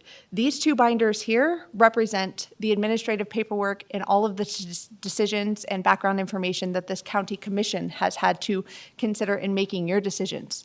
This ream of paper right here is the first backup packet agenda for the VHR Advisory Board. We are anticipating for each one of their meetings, there will be this much paperwork presented for them to go through as a part of their review of Tier 3 permit applications. I understand and have received many complaints from the public regarding our lack of response in the field. I can assure you that we do have code enforcement officers up at the lake daily. They are making rounds and they are doing their best to enforce the rules. But we cannot do the best job and be the best team that we can be without administrative support staff behind this team. That is my plea and my request of you today. I'm here to answer any questions or concerns that you may have. I also understand there's a number of individuals from the VHR Advisory Board in the audience today who will likely speak to you during public comment. I was unable to bring this request to them for their advisory recommendation because frankly, I did not have time. We are, at this moment, it's taking anywhere between 3 to 4 months to fill positions. I need your approval of these positions now to make this happen. With that, Mr. Chairman, I turn it back to the board for any questions. Thank you, Ms. Davidson. I was, when I first saw those binders, I was concerned that each of us was going to receive one of those, and that really made me nervous because I'm planning on going on vacation on Friday and wasn't looking tomorrow wasn't looking forward to that task. So, anyways, with that, any questions or concerns by the board? Yes, sir, Mr. Chairman. In asking a question about the 3 binders, let's say I want to start a VHR, and I go to fill out a form. Do I fill out a form on hard copy, or do I do it online? Mr. Chairman, with your permission. We are moving towards electronic form submission, and for most of our forms, they are submitted online through HDL. A portion of this proposal is in the next year, we would like to transition away from HDL and bring permitting in-house and still be accepting electronic permitting online. The reason why I printed this, all of this, it is our preference and it is a lot more efficient for us to process things electronically, and we would like to be paperless as an organization, but I wanted you folks to have this visual of what we're talking about in terms of the volume of paper. Point taken. Mr. Chairman? Go ahead, Mr. Tarquini. I have a few questions. It's the TOT taxes they pay, correct? In addition to their permit fee? That is correct, yes. Okay, and what percentage of the TOT taxes comes to Douglas County by itself, the general fund? Mr. Chairman, if I may. Yes, Ms. Davidson. So there are a variety of mechanisms for Douglas County. The TOT tax that is collected is distributed to Douglas County in a variety of ways. So first, approximately, hold on, I have the breakdown here. I thought I had the right slide up. Approximately 24.4% of the TOT tax collected is distributed to Douglas County Parks and Recreation for our Parks and Recreation programming. 7.1% is collected for county road contributions up at the lake. That funding can only be used for roads at the lake. And then 0.6 approximately of the total taxes collected is used for Douglas County administration of the TOT tax program. TDVA, the Tahoe Douglas Visitors Authority, receives 60.7% of the total taxes collected, and the state receives 2.7%. LTVA receives the remaining 4.5% portion. LTVA? The Lake Tahoe Visitors Authority, Okay. yes, sir. So who else pays for any of the program operation? Just us, right, Douglas County? The TVA, the state, and LTVA doesn't pay for any of it? That is correct, and we pay for it from the fees that we collect from the permits. Okay, so we're making approximately 32% of what is being paid in TOT taxes. So with that, when we first had our meetings on the VHRs, we talked about the cost of what it's going to be hiring the new enforcement staff, and we were assured that this was going to be self-sufficient, that we were going to, the cost that we were going to have to permit fees was going to pay for the cost of the new employees that we had. Obviously, more stuff was required. I'm not trying to get on you, and I can see you getting a little antsy, like you think I'm going to get mad at you. I'm not. I'm just stating this so we all understand. More is needed on the administrative side to free up the enforcement staff so they can go do their job outside the office. So you want the 3 people here, and this is what you feel you need, and I certainly want to provide you with the resources you need. But I think everybody agrees that this has got to be paid for out of the fees, the permit fees, the program. It's not going to be paid out of the 32% of the TOT tax that we're getting, because part of that we would get somewhere else if they stayed in a hotel or somewhere else. It's not even full income that we were getting from this program. The program's a real pain in the butt to one, to vote on and implement. We know that as a board. Two, to administer it, and three, to enforce it. So we need to make sure that it's worthwhile, and we're not being out of pocket to pay for it. So in your packet that you gave us, you said the total cost of this program would be $626,513, an increase of $221,800. This year, you project that the program's going to make $481,956 to $581,956. So even at the high end, we're still losing $40,000. And this is what I caught, which concerned me. We're not talking about permit fees only. We're talking about the fines also. Well, the fines are variables. Hopefully, the more we find somebody a large amount of money, those fines are reduced significantly, and people don't want to do it anymore. But those fines shouldn't be part of the cost of implementing the program. It's the permit fees it should be. So if we do go ahead and approve this, we need to make sure that we're going to increase the permit fees to cover this cost. And I think that should be part, I assume it can't be done in this meeting, or can we do it in this meeting? No. Well, this should have been brought with the meeting, the cost of the program. So we're going to have to go through 2 readings on this? No, we're not going to go through 2 readings. This is for possible action today to approve these 3 positions. Two readings to increase the permit fee to cover the additional cost of this. My concern is additional cost of this, and that's what I tried to emphasize when I laid all those numbers out. We're going to have to vote to increase the cost of the program to cover the additional cost of this administration.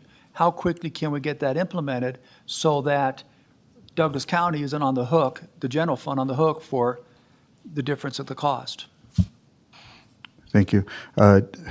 Turkanian, it was my understanding, so a question related to that, Mr. Turkanian, is when we got the financial layout of what this program was going to cost us, that was based on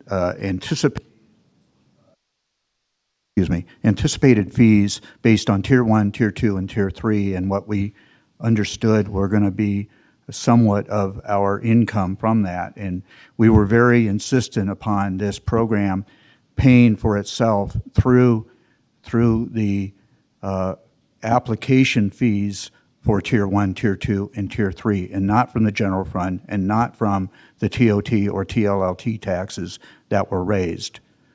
That was my understanding, and when we got that spreadsheet, it indicated that the fees of this program would cost us, it had a number, but it would be covered by an anticipated total VHR permits of 600. And that's what I based my number on when we brought this whole thing forward, what seems like now years ago, but just a few months ago in regards to approval of that 600 number.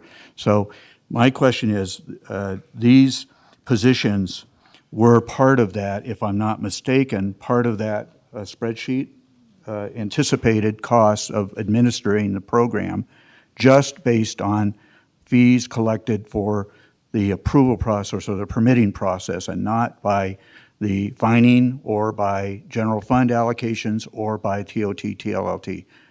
Is that correct? Yes, sir. Chairman, can I? Sure.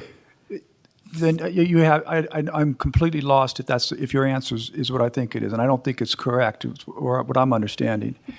These are new positions that were not part of the initial proposal you gave to us back in June when we first looked at this. Is that correct, or am I wrong? You're both right. May I explain? Yes, please. Thank you. I understand this is complicated, and that is the reason why I included a breakdown of the budget that was approved at the time the fees were created and the proposed budget for next fiscal year. I am, in this request, asking the board to approve 2 positions this fiscal year, 1 next fiscal year.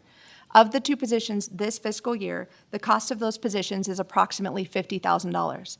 We have the revenue without increasing fees for those 2 new positions. It is the proposal of staff that we bring forward a fee increase at the time of the fiscal year before we bring on the new position to cover the cost of that third position. Okay, so with that, you didn't answer the question about whether these positions were in our initial proposal in June. I don't think they were. I think this is an additional cost, and we're able to pay this additional cost because you said we generated enough revenue. But of that revenue, you're including the fines that are being imposed, not just the permit fees. And again, I'm not sitting here, I think this needs to be done, and I'm inclined to vote for it. So that's not the point I'm making. The point I'm making is I'm looking in the future, and that's the numbers I gave you. Those are numbers that you put in the packet. $626,513 to run the VHR program with these three new positions, correct?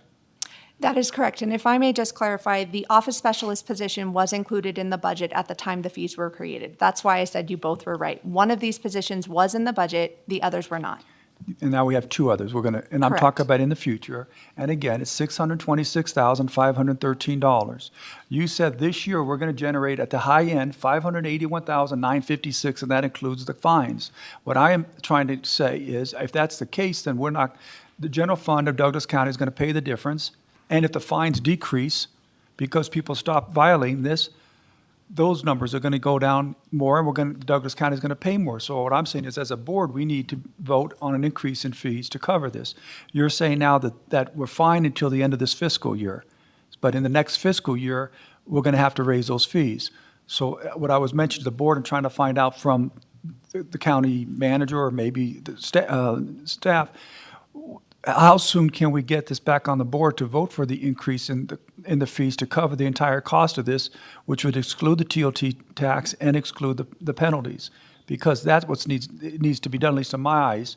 And I think Commissioner Gardner said the same thing, is what we discussed when we voted on it originally, that this program had to cover itself with the permit fees.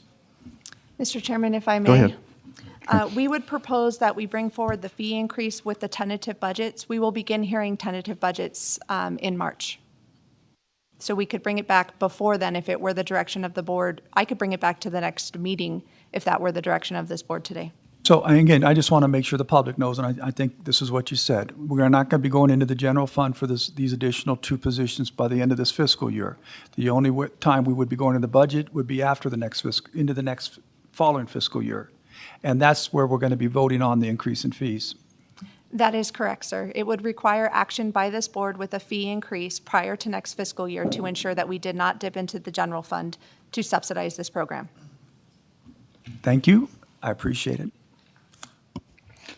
And Mr. Tarkanian, I appreciate the clarification too. Those are important things, and we need to make sure that we anticipate that and direct staff to bring to us the information required to make sure that occurs before we go into the next fiscal year and eat into our general fund for the covering of this program. Yeah. So I think we all had that same understanding, is that this program would pay for itself and not come out of fees or costs by the general public. So I think we're all very interested in that Mr. occurring. Chairman? Go ahead, Mr. Cates. If I may, we definitely want the fees to be paying for this program, as has been stated already. I think it is a little uncertain of just how much fees we're going to collect. I did an estimate on fees and made some assumptions about how many Tier 1s we'd have, how many Tier 3s, and Tier 2s, and they all pay different fees. And currently, for the current fiscal year, we budgeted $150,000 for permit fees. Because it was a partial year, the program wasn't fully implemented. We're already way ahead of that. We've collected $236,000. If we need to raise the fee schedule for next fiscal year, we will definitely bring that forward. But I believe, I suspect, that we probably won't have to make an adjustment, maybe even next fiscal year. I think we need to see what we collect in fees in real life before we start changing the fee schedule. Right. Mr. Chairman, I'm only one vote on the board, but I would certainly want to assure that these permit fees are covering the entire cost of the program and beyond and have some extra revenue in there as opposed to coming up short and taking money out of programs that need to be paid for out of the general fund. And the numbers that we have gotten from Jennifer, the permit fees are not going to cover the cost of these additional 3 positions. I went through the numbers according to what's in our packet. $626,513, and this year, now, or are you saying this year is not a full year? Is that what you're saying, that this potential $581,956? I would think that's part of the full year, because you said that's what you anticipate the rest of the revenue will be. So I'm sure that's what it is. So we're already, if we're on the high end of Jennifer's numbers on what we expect the permit fees to come in along with the penalties, we're still going to be 45,000 short, and that's with the penalties. And again, the penalties are all going to vary, and I think the more people pay a $5,000 fine for violating the penalties, there's going to be a lot less penalties being paid. I'm sure that, we wanted to make sure that the program paid for itself via the permitting fees and not by the fines, because the fines are one time and they're a number that can't be really identified as true revenue. We can't anticipate what that might be. And so I know that we didn't want to have the fining process take part of the costs of running this program. So obviously this program is extremely expensive, and we wanted to make sure that the costs of running it came out of the permitting process, so that we wouldn't be taxing the other citizens of our county to run this program. So anyways, but Mr. Taylor, I notice you're here, and I have a question for you. In regards to, and I want to be careful here, because talking about the revenue generated by the permitting fees to take care of this, I believe we are also restricted by NRS, if I'm not mistaken, that we can't make this a profit center either. Am I mistaken on that? In other words, we can charge enough for the program in order to pay for itself, but not excessively go over that. Was that a fair statement?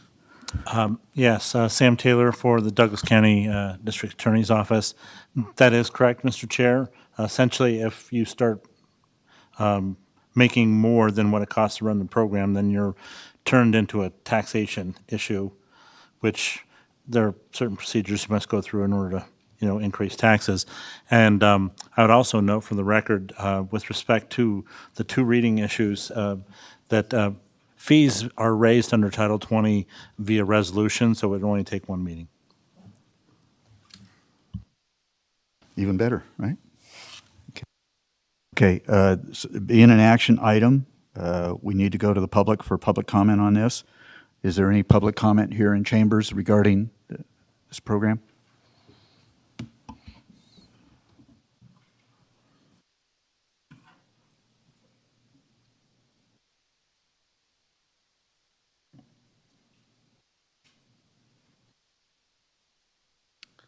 James McKellop for the record.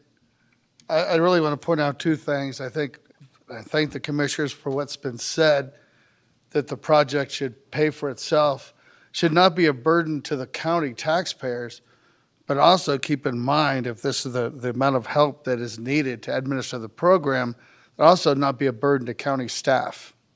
So I think the right amount of fees that you need to charge to make sure that you have the people that so it doesn't take time from other people's responsibilities to the people of the county. So I think there's 2 things to consider. Is it a burden on the taxpayers? Is it a burden on the county in setting fees? Thank you. Thank you, Mr. McKellop. My name is Brian Keith Byer. I'm on the VHR Advisory Board, but as Jennifer mentioned, the Advisory Board did not hear this issue, so I'm speaking completely as a citizen and resident of this county. I fully support this increase of staff. As Jennifer pointed out, the volume we're receiving every meeting is truly voluminous.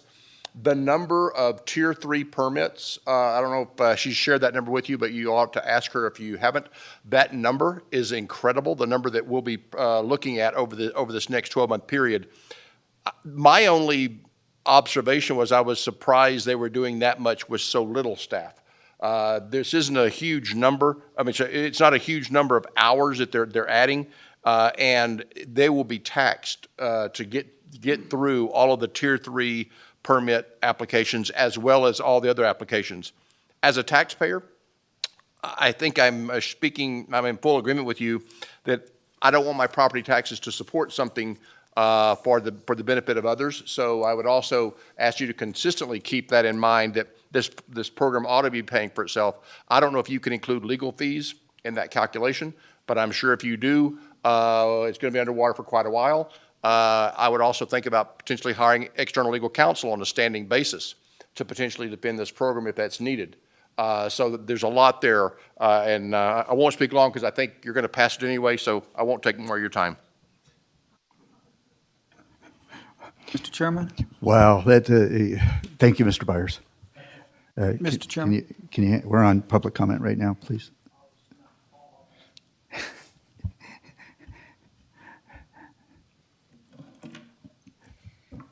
Good afternoon. My name's Mickey Hempler. I do sit on the advisory board, but again, I'm not going to speak as my position on the advisory board because we did not hear the issue. It didn't come before us. But I was on the task force, and I will tell you it was very important to the task force that the program paid for itself.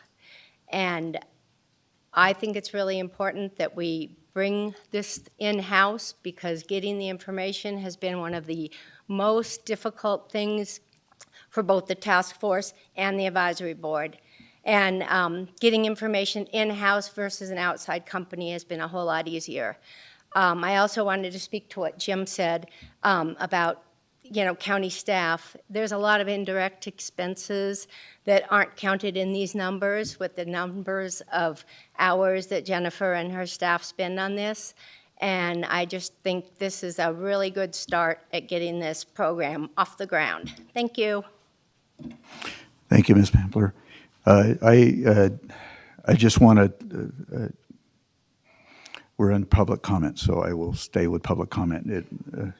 So I'll reserve my comments for later. Thank you.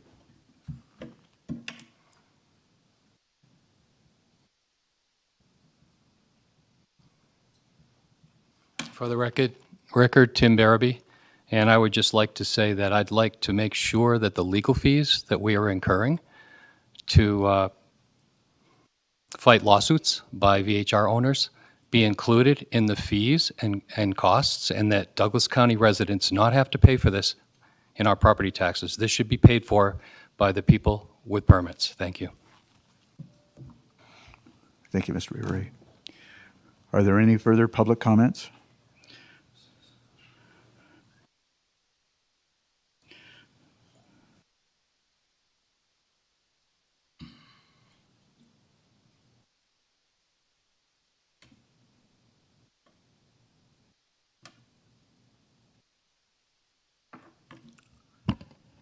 Hello, Commissioners. Dan Ainsworth. I was on the task force, as you know, and I'll just pile on just a little bit with supporting what James, Mickey, and Keith said here, and just follow up from Keith's comment about he was surprised that we got done with the little staff that we had. Well, the hidden staff is sitting right over there, Tom Delaire, and Sam Booth, and Sam Taylor, and our good Assistant County Manager, Jennifer Davidson. So I'm fully in support of the extra manpower, people power here to get this program administered correctly. It's got to happen. We all want the program to be successful. Thanks. Thank you, Mr. Ainsworth. Any other additional comment within chambers? If not, then we'll go to Zoom. Ms. Johnson, do we have anybody on Zoom? Thank you, Mr. Chair. Marsha Johnson for the record. I do have one person who has their hand raised indicating they would like to provide public comment. Natalie, do you have public comment on item number 7? Hello, this is Natalie Yanish. I'm a resident of Kingsbury Grade in Douglas County, and I was formerly on the VHR task force. I appreciate all of the comments that have been given by the other task force members. I would hope that it's taken into consideration by the commissioners that a lot of the property owners who are paying for these permits, they do pay, Douglas County taxes. They do have private property rights. And of course, we want this VHR process to be successful, but a lot of the changes that have come about in the ordinance that were suggested from the VHR task force to the commissioners and then retrofitted and put into place have caused a lot of administrative burden on staff. And I think that's where some of these fees are coming from. So I would hope that you could relook at a lot of your regulations and policies because, removing some of these would possibly reduce the fees that you need for administrative staff to put these policies in place. And I also wanted to say that, second homeowners, they often get a bad rap. They do pay property tax to Douglas County, and they often don't use a lot of the services that primary residents do. So to just put the burden on them for providing their home for short-term rentals might be unequitable. And at the same time, they should be held to the same standards as any other person who's providing housing, whether it be short-term or long-term within the county. And I appreciate your taking the time to listen to my comments. Thank you very much. Thank you, Ms. Nanis. Any further public comment online? Thank you, Mr. Chair. Marcia Johnson for the record. At this time, we have no further public comment online. Thank you. Apparently, we have an additional public comment here on Chambers, so we'll allow that at this time.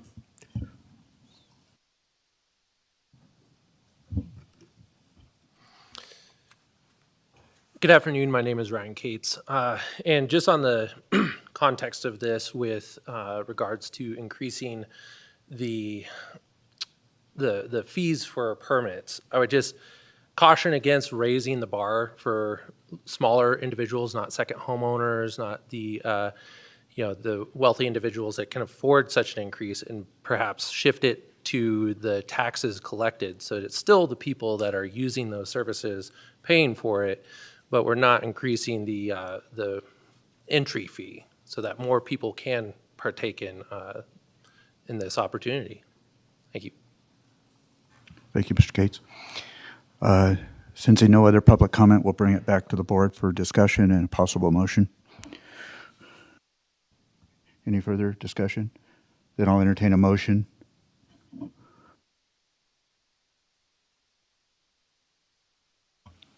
Mr. Chairman,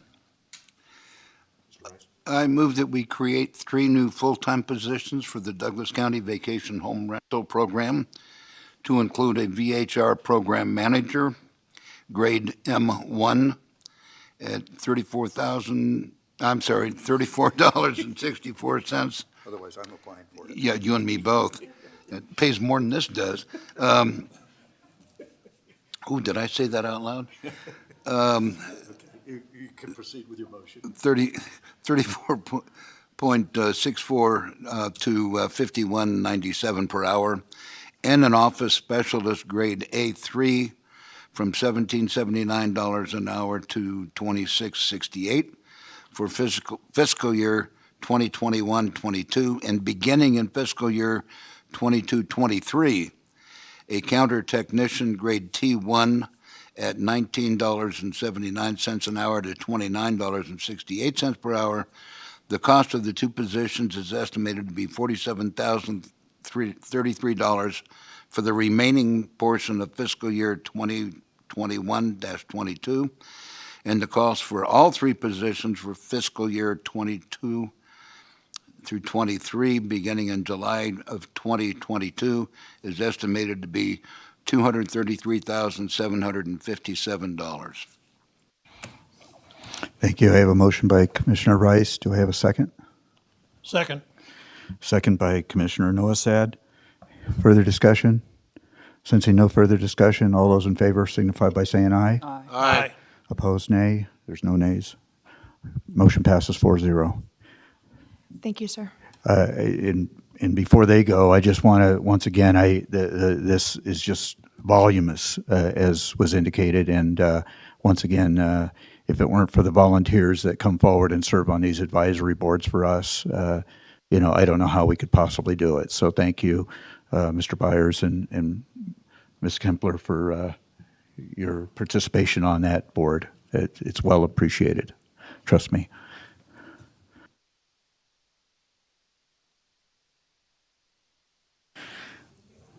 Okay. Yes, please take those away. I don't want one. Thank you.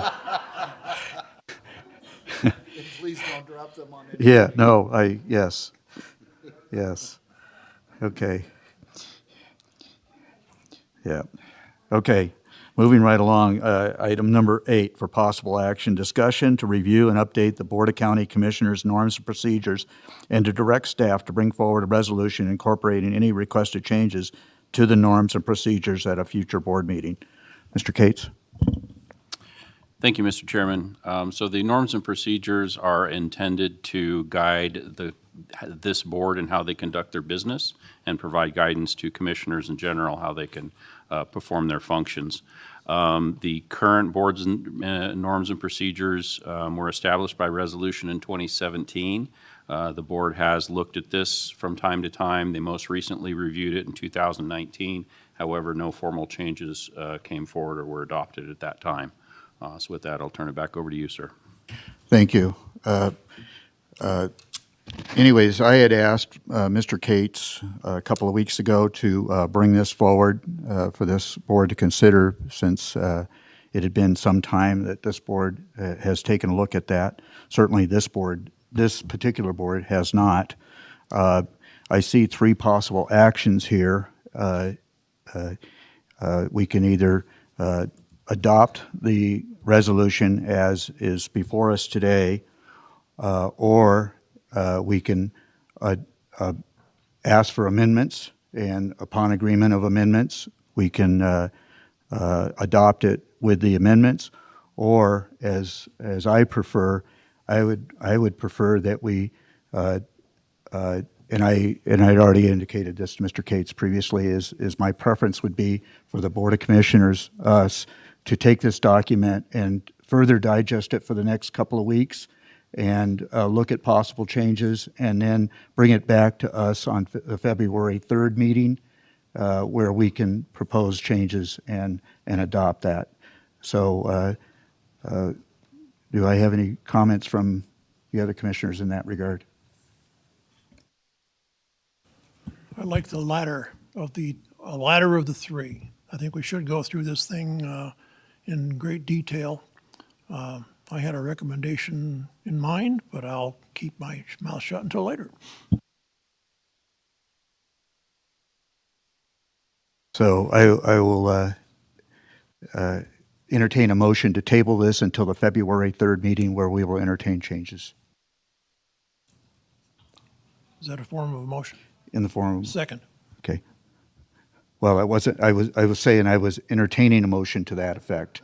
Okay, I try to not make motions myself, but if you want to take that in that manner, then I'll do that. Motion by Commissioner Gardner, seconded by Commissioner Noasad, to table this item until February 3rd, and we'll come back with possible amendments and look at adoption at that time. Mr. Chair? Yes. Public comment? Did you? You know something? Thank you for that correction, Mr. Taylor. You're right. That was This is an Marcia. action item, and so it does require public comment. So the motion will be withheld or taken back off the table, and we'll hear public comment at this time in that regard. Yep. Thank you for that correction.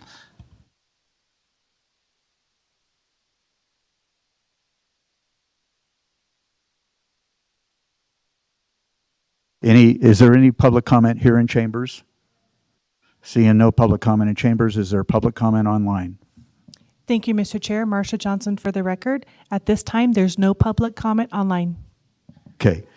Sensing no public comment here in chambers and no public comment online, then I will entertain a motion to table this until February 3rd, where we will come back with possible amendments and possible adoption. I'll entertain that motion. Mr. Chairman, I so move that we table this until February 3rd. Okay. And do I have a second? I'll second. Okay. Now we're back in order, right? So, okay, we have a motion on the table, a motion to table this until February 3rd for possible adoption. All those in favor signify by saying aye. Aye. Motion passes 4-0. Thank you. Okay. So please take the opportunity to digest this over the next couple of weeks. Item number 9, for possible action, public hearing and discussion on Mr. Keith Novotny's appeal of a denial by the Vacation Home Rental Advisory Board of a special use permit to obtain a Tier 3 vacation home rental permit.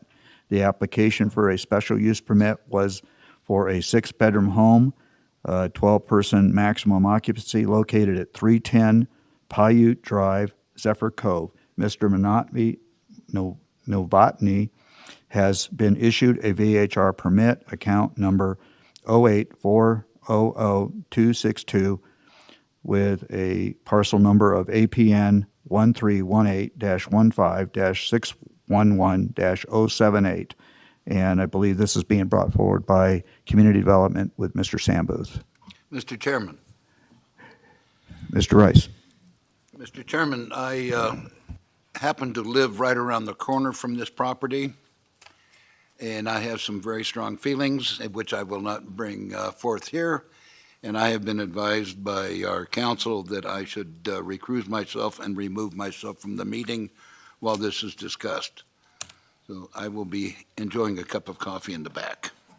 Okay. Thank you, Mr. Rice, for that public disclosure. Before we go any further, Mr. Booth, I need to ask council now. 3-member board, as I understand it. So would this motion still require a simple majority of 2-1, or would it require, since we're a 5-member board, missing 1 member today, what's the requirement here regarding this motion? Affirmative action will require 3 votes. So it would require all three sitting commissioners today to do this. That is correct, Mr. Chair. Okay. Thank you. I think that's important for us to understand going forward on this. Mr. Booth. Thank you, Chairman, members of the Commission. Sam Booth, Deputy Director, Community Development. With me this afternoon is our Director, Tom Dallaire. Would just give you a short recap of this application and the appeal that's before you today. Chairman, as you read, this is an application, an appeal of a denial for an application for a Tier 3 permit, which is based on the fact that Mr. Novotny's application in his home in question at 310 Paiute includes a 12-person occupancy, and an occupancy of over 10 requires a Tier 3 special use permit. So on December 7th, the Vacation Home Rental Advisory Board heard the special use permit request from Mr. Novotny for his Tier 3 permit. It was denied by the VHR Advisory Board by a unanimous vote of 5-0. During consideration of the request, the board discussed and mentioned concerns about the home not having a commercial trash service or bear box on the property. These are one of the requirements of the code. And there were concerns about the close proximity of the home to nearby residences. There was some public comment submitted and some complaints noted in the staff report from neighbors. And I would just mention that there's a staff report included in your packet on page 392. As I believe this is the first appeal that the board has heard of a Tier 3 permit. To give you some background there, when the VHR Advisory Board reviews these Tier 3 permits, they have 9 conditions that must be reviewed and approved for the permit to be approved. And those conditions are on page 391 and 392. And I'd point your attention particularly to condition number 3 and condition number 7. These are two that are up to the Vacation Home Rental Advisory Board to make those specifically.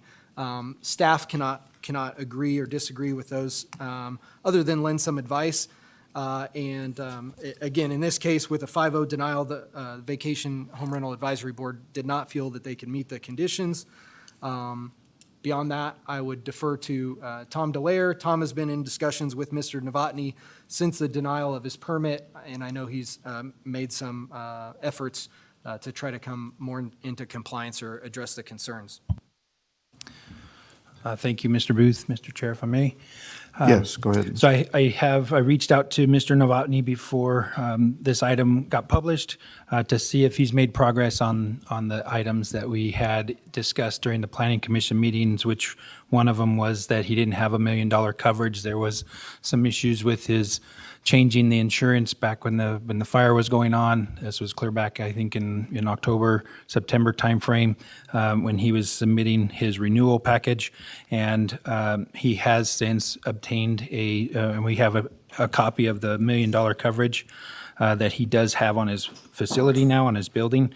And then also he has an appointment scheduled for a bear box. Of course, the snow came and they can't get that stuff installed now with the snow in there, but he has one scheduled to be installed. So those are the two developments that I have that vary from what the advisory board heard. And we're available for any questions. Thank you. Commissioners, any questions? Yeah, I have a few. I'm trying to understand why this was turned down, and let me see if I understand it correctly. There are 3 reasons. Unless I'm missing something, then let me know. First one I heard was they didn't have a bear box and they didn't have an adequate trash disposal. Second was there were some complaints that were made on noise, I assume, maybe parking. We've heard enough of them here in the meeting with Commissioner Rice. And number 3, the close proximity of a home, 70 feet. So let me go through each one. The bear box, he said in his response that he tried to apply, but because of the fire and so forth, he wasn't able to get one right away. And now you're saying that he has an appointment. When is that appointment to get one brought out? I'm sorry, Mr. Tarkanian. Soon as he can get the contractor out there, he's got an appointment scheduled with a contractor, Bear Box, Tahoe Bear Box or something like that is the name of the company. They install bear boxes for single-family homes up there.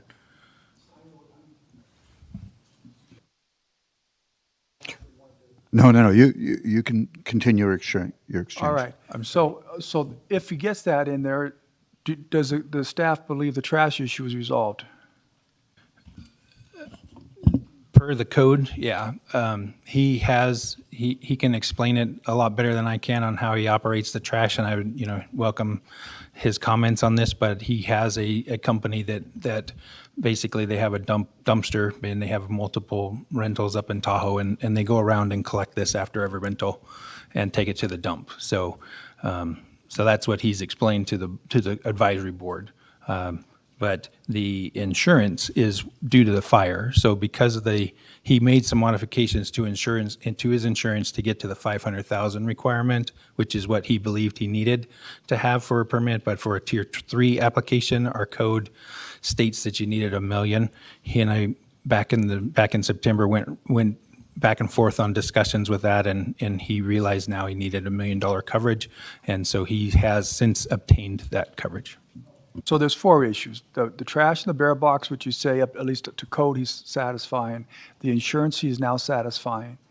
Complaints from neighbors. Now, I read the report, and it seems all the complaints that I've heard, tell me if I'm wrong here, because it says all the complaints unverified. What do you mean by unverified? Well, the code enforcement receives them, like, let's say, Monday morning. or Tuesday or the following week after the weekend event, and code enforcement weren't able to lay eyes on the issue at the time. Okay, so that's a good point. Now, that's understandable. Did the neighbors provide evidence that there were these valid complaints, such as pictures or recordings? Yeah, some of them do. And when they send a picture, let's just say we just had this for a different property this weekend, they send a picture, we go up there, it takes about 20 minutes. By the time we get up there, the vehicle that was being complained on is gone. So code enforcement, again, weren't able to verify that particular issue, which is the reason why I need to get the code enforcement officers in the field up at Tahoe every day. So when they come in, they're there in minutes.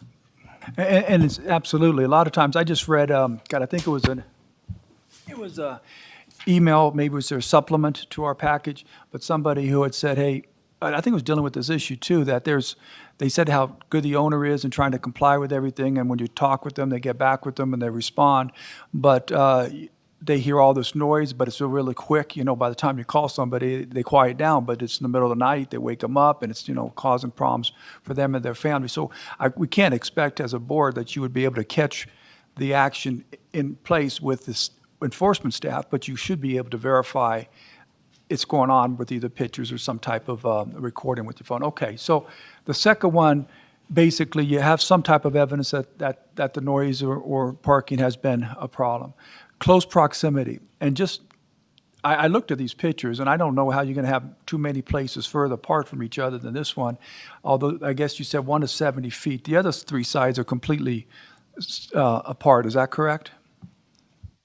Yes, Commissioner Tarkanian, that is correct. I think the closest one was 69 feet, and it was across the street. So what would staff consider being not falling within the close proximity standard that would decline at Tier 3? How far away would staff think it should be? Well, that is pretty interesting because code doesn't ask that. It makes the advisory board determine what that distance is that's sufficiently far away. I think it depends on a lot of things: the construction of the home, the types of materials and vegetations between those homes.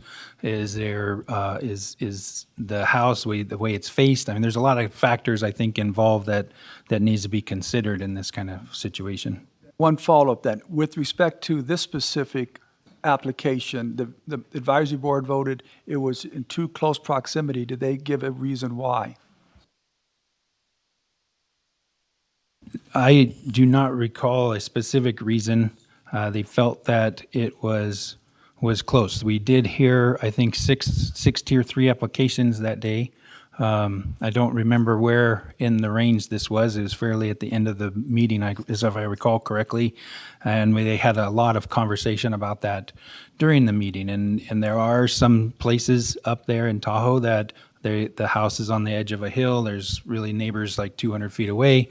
That seemed to be more appropriate than ones, but they did issue and approve a local resident in Douglas County, lives just down the street, on one that is in closer proximity than this one. So that did happen. I think what would help the board in the future is if the advisory board can give us a standard that they looked at in coming to these conclusions. To me, the complaint issue is a big issue because this is what we're hearing so much from the residents, and why I've been so strongly in wanting to regulate more closely the VHR permits, is violating the quiet enjoyment of people's homes in residential neighborhoods. And if you're having a lot of complaints that this is going on, that's a big concern of mine. So that in itself would lead me to want to go along with the advisory board and decline this. But in the future, when we're looking at close proximity, I really think we need to have a better understanding of how you came to that, because I looked at this picture and I didn't see, and again, I'm just looking at a picture. I drove through the neighborhood, but I don't know which home this would have been.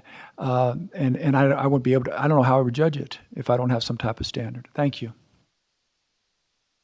Thank you, Mr. Tarkanian. Mr. Noes, had any questions before we go to public comment? Okay. Then at this time, this is an action item, so we'll take it to public comment here in chambers. Oh, I'm sorry, did you, no comments, Mr.? Mr. Chair, if I may? Yes. Sam Taylor from Douglas County DAs for the record. Is Mr. Novotny available? Yeah, I would say before you take public comment, you need to give Mr. Novotny an opportunity to be heard. Okay. So I need some parameters on that, Mr. Taylor. Is that normal, the normal 3 minutes, or is it? Mr. Chair, in circumstances where you have an appellant or an appeal, you would normally give them a reasonable period of time and not necessarily limit them to 3 minutes. Okay, thank you. So, Mr. Novotny. Hello, I'm Kevin Novotny, and I was just coming up to speak on the 4 matters that for the denial. The bear box has been installed. We applied for the appointment in December, and they were trying to get contractors. They were having employee issues, and then we had a huge storm, so then it was getting everything cleared, but we did get a tractor up there to get everything cleared, and we have the bear box installed, a 3-can bear box on the property. So you guys have, I sent pictures to Tom when we got the pictures last night, just so you guys have that, and I can show you guys proof of that as well as I do have the insurance policy, which is submitted. I think you have a copy of that as well, right? The $1 million.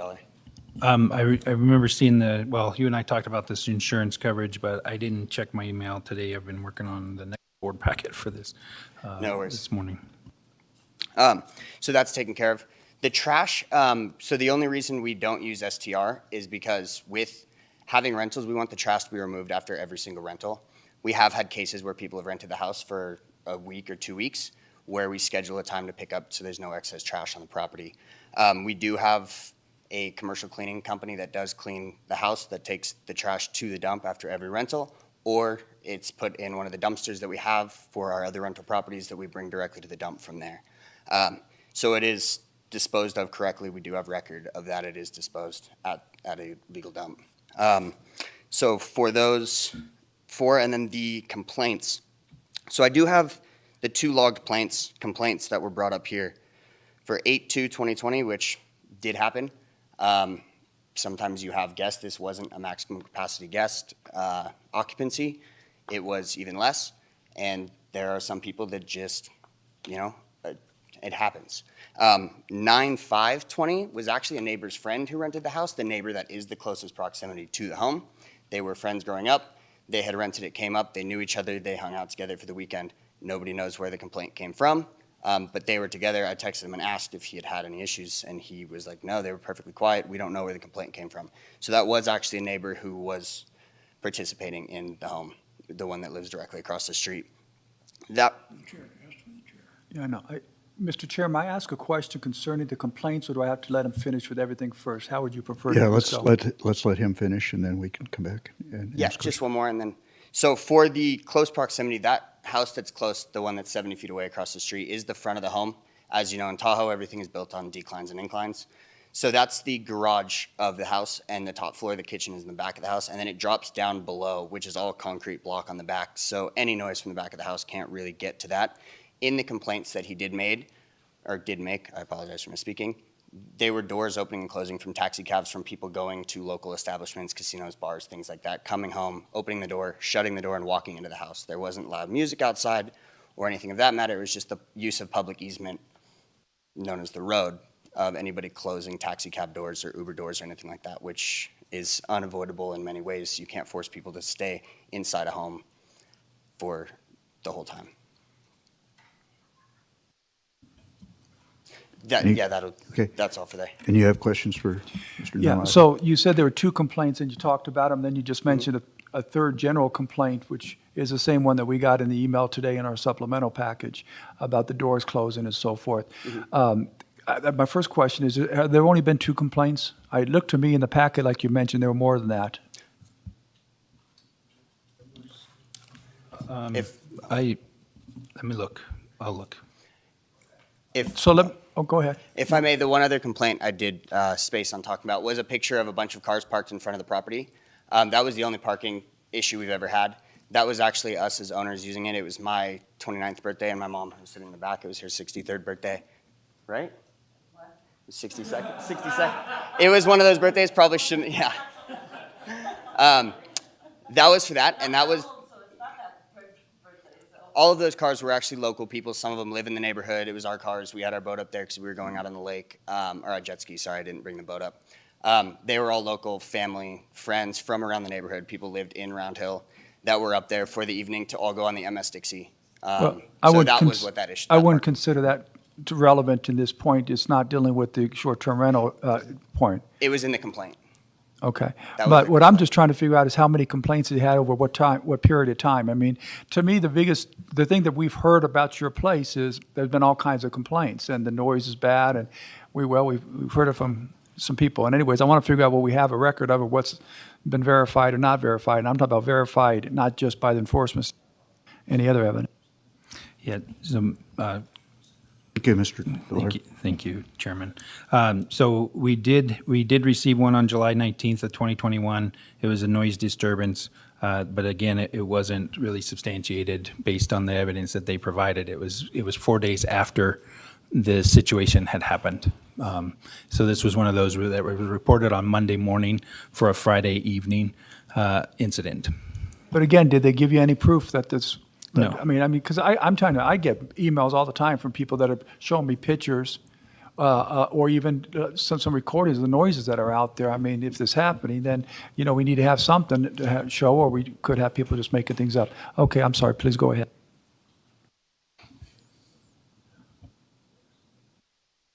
So then the other two were just the ones from 2020.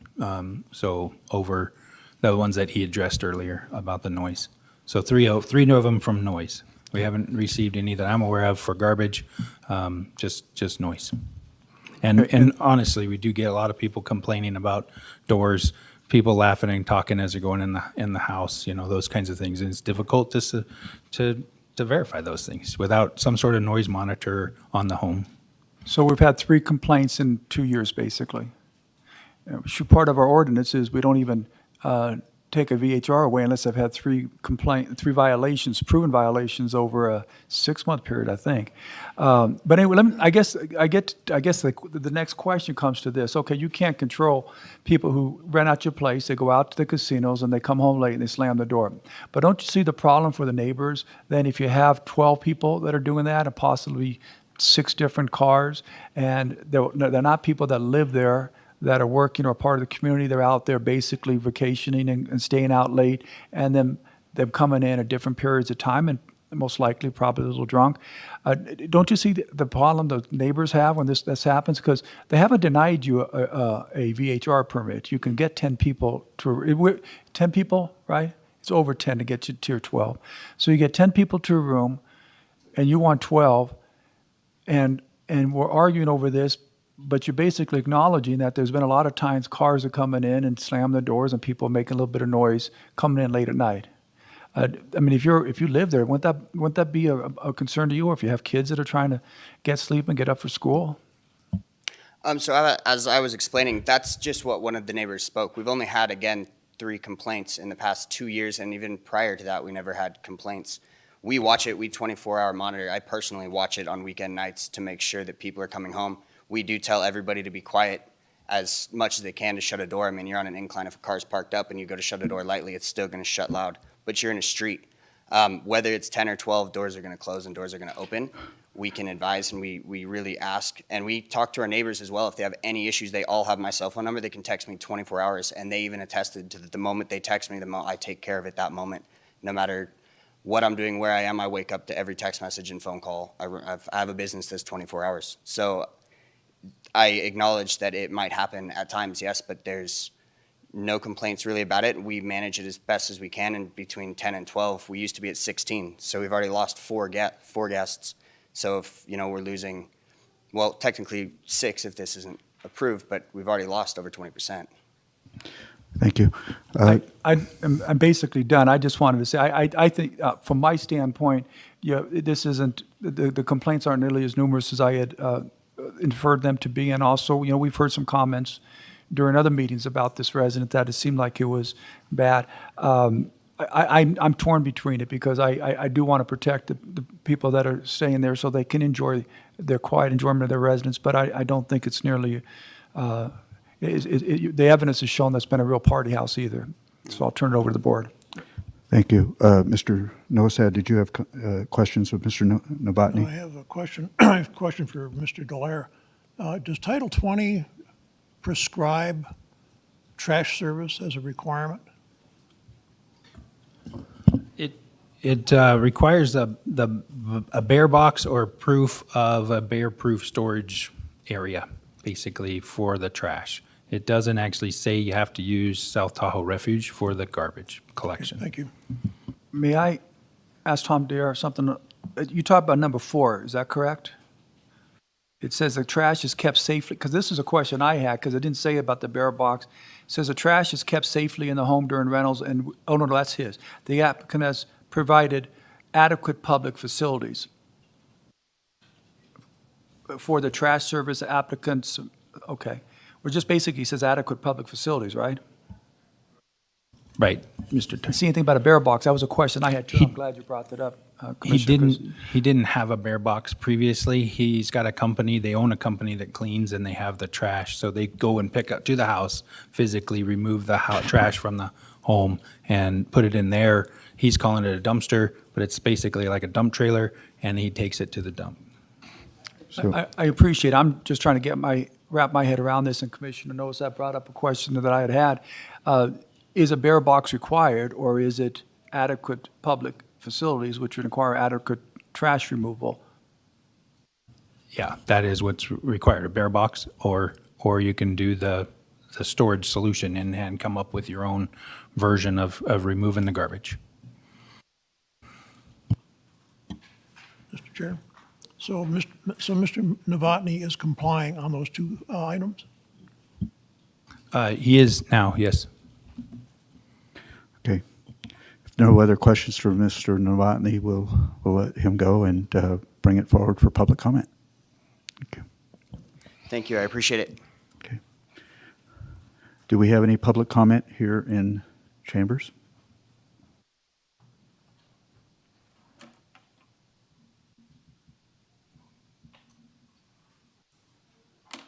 Good afternoon, Ellie Waller. A couple questions. It was brought up that trash was picked up from, in the plural, a bunch of places, so I don't know how many VHRs are involved. Right now, this is just a discussion of 2 to 3.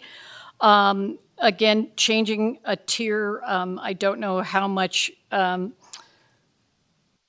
makes a difference other than the number of people. My confusion, and because I lived in Tahoe for 20 years and experienced a lot of the issues, don't be confused that a bear box solves the problem. They're never big enough when you have a ton of people that show up at a home. I know how much trash I put out in my receptacle.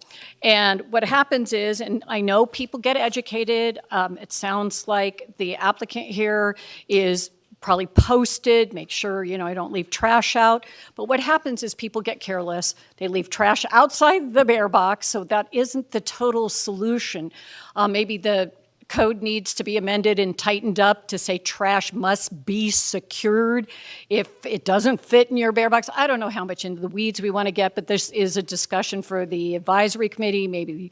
I don't know who else it needs to engage in making an amendment to that. Again, I've experienced it. Dumpsters need to have a locking mechanism. If you have a dumpster, it's only as good as the bear can't get in, so it has to have a lock on it, maybe with a dial so the people that are visiting can put it in there. But trash cannot be left outside a bear box, and it happens a lot. Okay, yeah, better understand. Okay, so yeah, I guess that's pretty much where I'm going, is trash is an issue. Thank you. Thank you, Ms. Waller. So I don't know what time our timer stepped out of the room. So maybe I could ask Mr. Nosad to move over and operate that system for us for a few minutes here. Okay, Mr. Barabee. This will be quick. Tim Barabee for the record. I would just like to know if the applicant has more than one VHR permit, because if he does, it's not allowed under the new ordinance. So I'd like to know the answer to that question. Thanks. Thank you, Mr. Barabee. So I will suggest that that question is not relevant to the question before us in this action item. So thank you, but it's really not relevant to what we're discussing here today. So, is there any other further public comment here in chambers? If not, then we'll go to see if there's any comments on Zoom. Thank you, Mr. Chair. Marsha Johnson for the record. There's no public comment online at this time. Thank you. We'll bring it back to the board.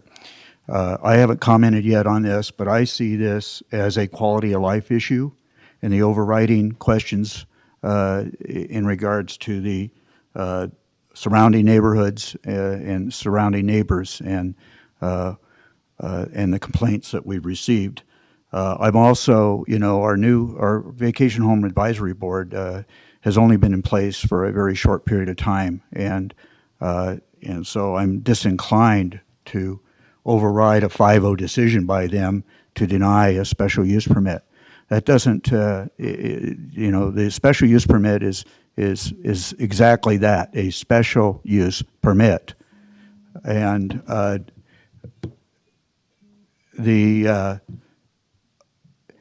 as I understand it, should this board choose to accept the findings of the Vacation Home Advisory Board and deny this, that doesn't prevent Mr. Novotny from having a Tier 2 permit that would limit the occupancy level.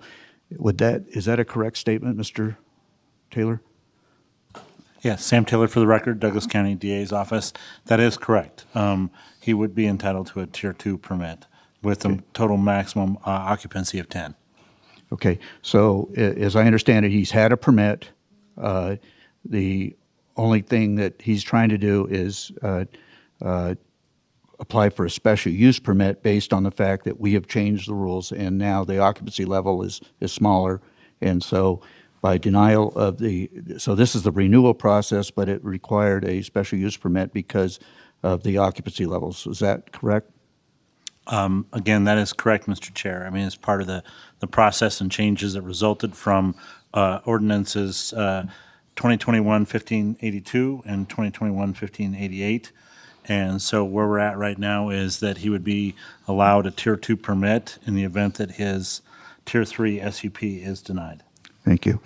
The other concern I have in that regard is the fact that the bear box requirement is a fairly new, it's not fairly new, it is new in this ordinance, is that right?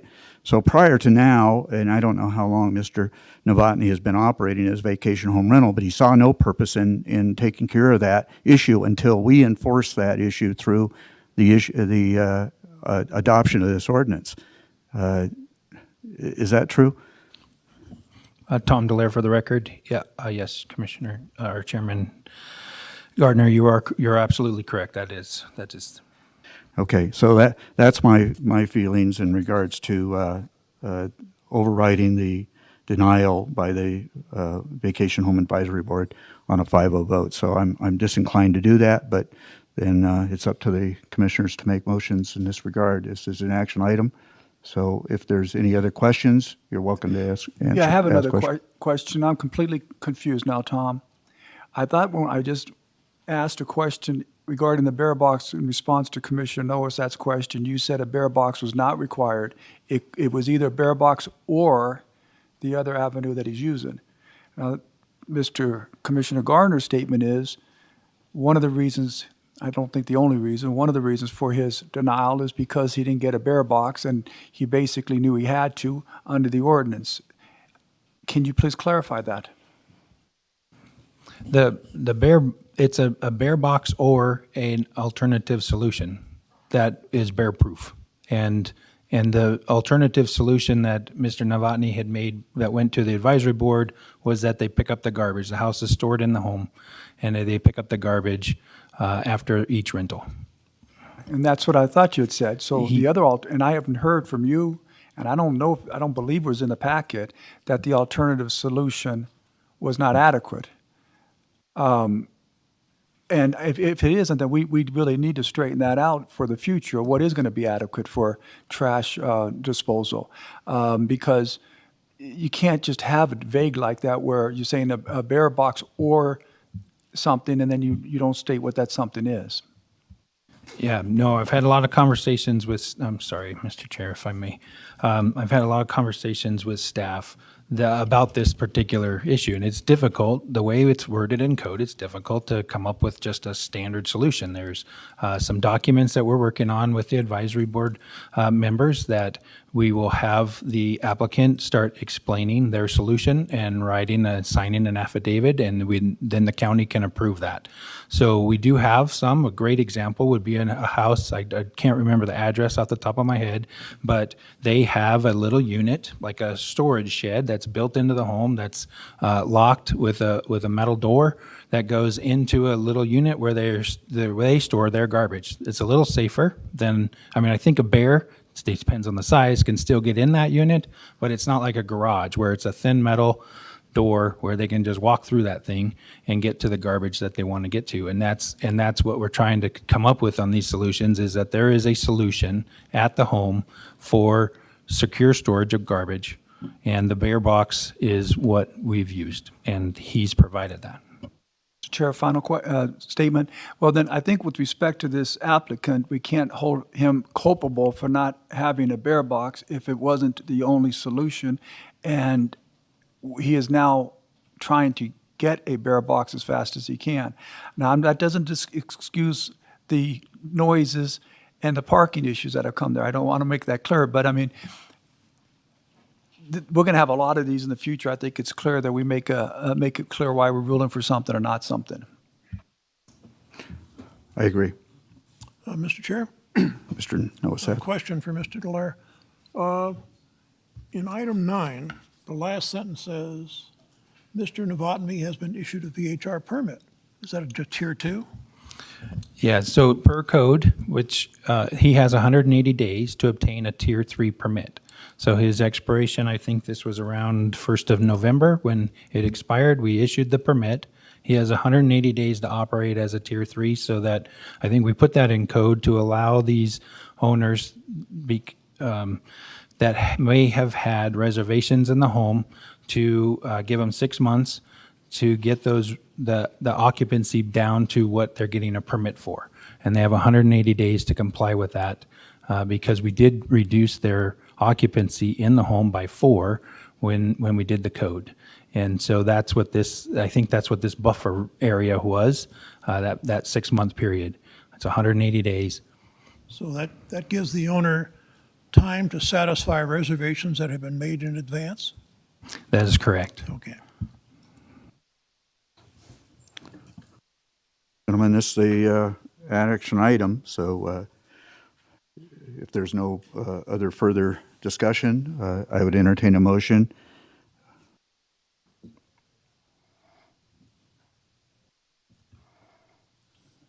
Mr. Chair? Mr. Noah. I make a motion that given the other 2 or 3 items that haven't been satisfied sufficiently, that we would support the VHR Advisory Board result. Do I have a second?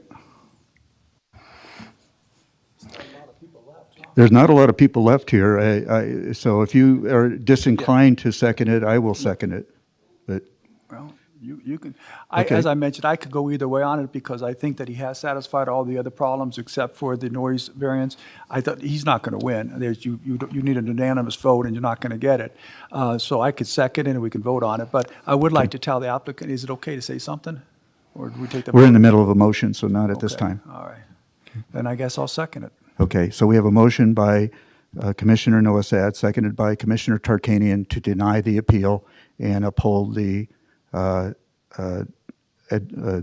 of the Vacation Home Advisory Board. All those in favor signify by saying aye. Aye. Aye, okay. and I have no opposed, so the appeal is denied, and the Vacation Home Rental Board is adopted.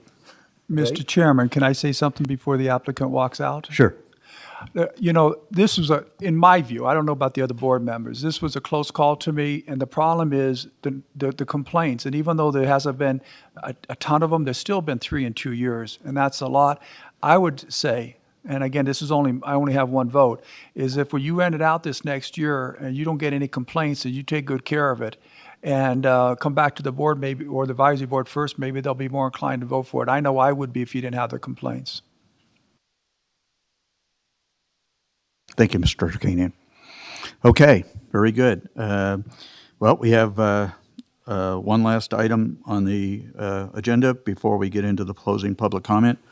That's item number 10 for possible action, public hearing and discussion on an appeal by Mr. Ryan Cates contesting the $5,000 fine issued in code enforcement case number 21-0316 and upheld by the Douglas County Vacation Home Rental Advisory Board related to the operation of a vacation home rental without a valid Douglas County issued VHR permit and located outside of the Tahoe Township at 246 Sierra Shadows Lane, Gardnerville, Nevada, parcel number APN 1219-03-002-034. And I would like on the record to show that Mr. Rice has rejoined the board, and so we now have 4 members of the board that are in attendance. Thank you, Mr. Rice. And this is by, once again, Mr. Booth. Thank you, Mr. Chairman, members of the commission. Sam Booth, Deputy Director of Community Development, for the record. This item number 10, as you just read into the record, is an appeal by Mr. Ryan Cates, who's contesting his $5,000 fine that was issued from the Code Enforcement Department for renting vacation rental without a vacation home rental permit. You'll see in your packet, and just to give you a little bit of background of this case, the appeal was first heard by the Vacation Home Rental Advisory Board on December 7th at their meeting.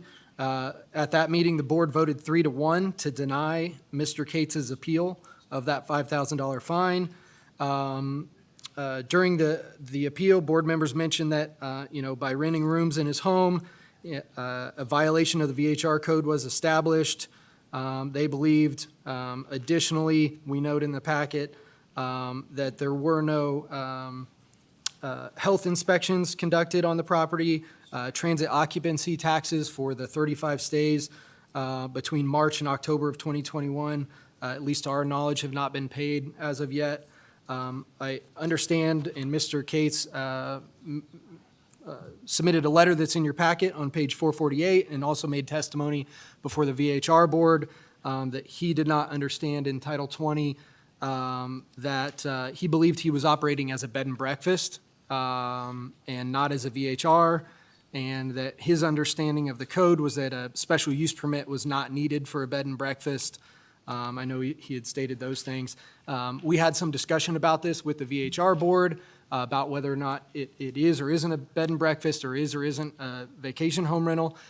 Essentially, because we have a section of code for vacation home rentals that describes renting your home on a more of a transient basis, you are a vacation home rental if you're renting short term, unless you have a special use permit from the Planning Commission approved as a bed and breakfast. And in this case, he does not have a special use permit approved by the Planning Commission. Of course, you may also see in there, and we've discussed, he's at the along Foothill Road in East Fork Township, so there's not an ability to obtain a vacation home rental permit. And so he cannot operate as a vacation home rental. And so it's really, from this point forward, regardless of the fine, if Mr. Cates wants to continue to rent his property in the future, he would have to approach the Planning Commission for a bed and breakfast special use permit, hold a public hearing, notify adjacent property owners, those type of things. And in the code, I think he had referenced the code section he looked at and mentioned that he thought the special use permit was only required if you need special events. There are two parts to the bed and breakfast code, 20.664030. But the first line says that a bed and breakfast is subject to the following requirements. And then further down in that section B, it says that the hearing body must approve.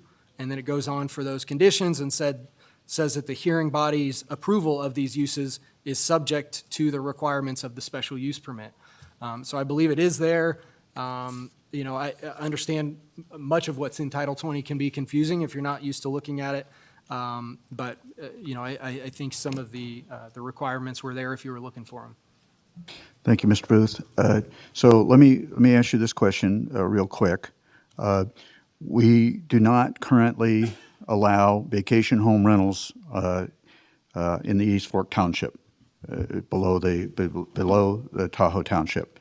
However, we do have a process where owners of homes on the valley floor, so to speak, can open a bed, what's known as a bed and breakfast. However, that still requires a special use permit process that has to take place before they actually can open. Do I have that correct?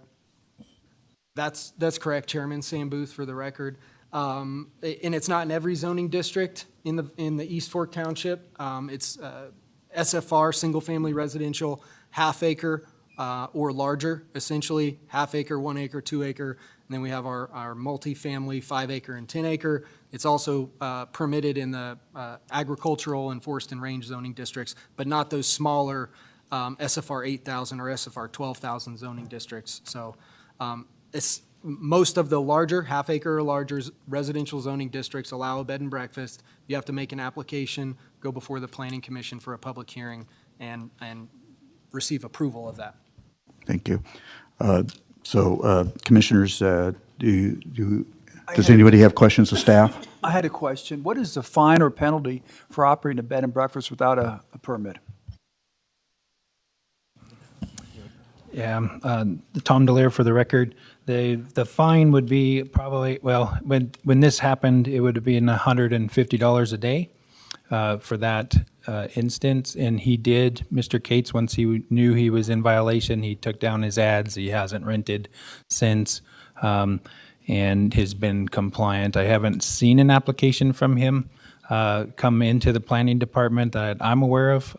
And I think Sam's confirmed that with me today. But yeah, I've given him the information. I've had these conversations.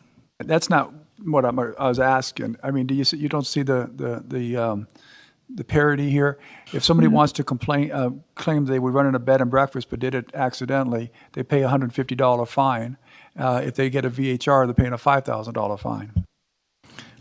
Right. And on this particular case, even the ads that were on Airbnb that we found did not state anything about a bed and breakfast. So if that's the reason, it looked like a vacation home rental. We assumed it was a vacation home rental, and we did that. If we backdated from March to, I can't remember when we actually sent the letter out, I think October, that's a long time period with 35 rentals that it would have amounted to a pretty substantial fine. So it's $150 an occurrence. Yeah. Okay, and then I had one other question. Well, that's an important question to ask because you said $150 per day, right?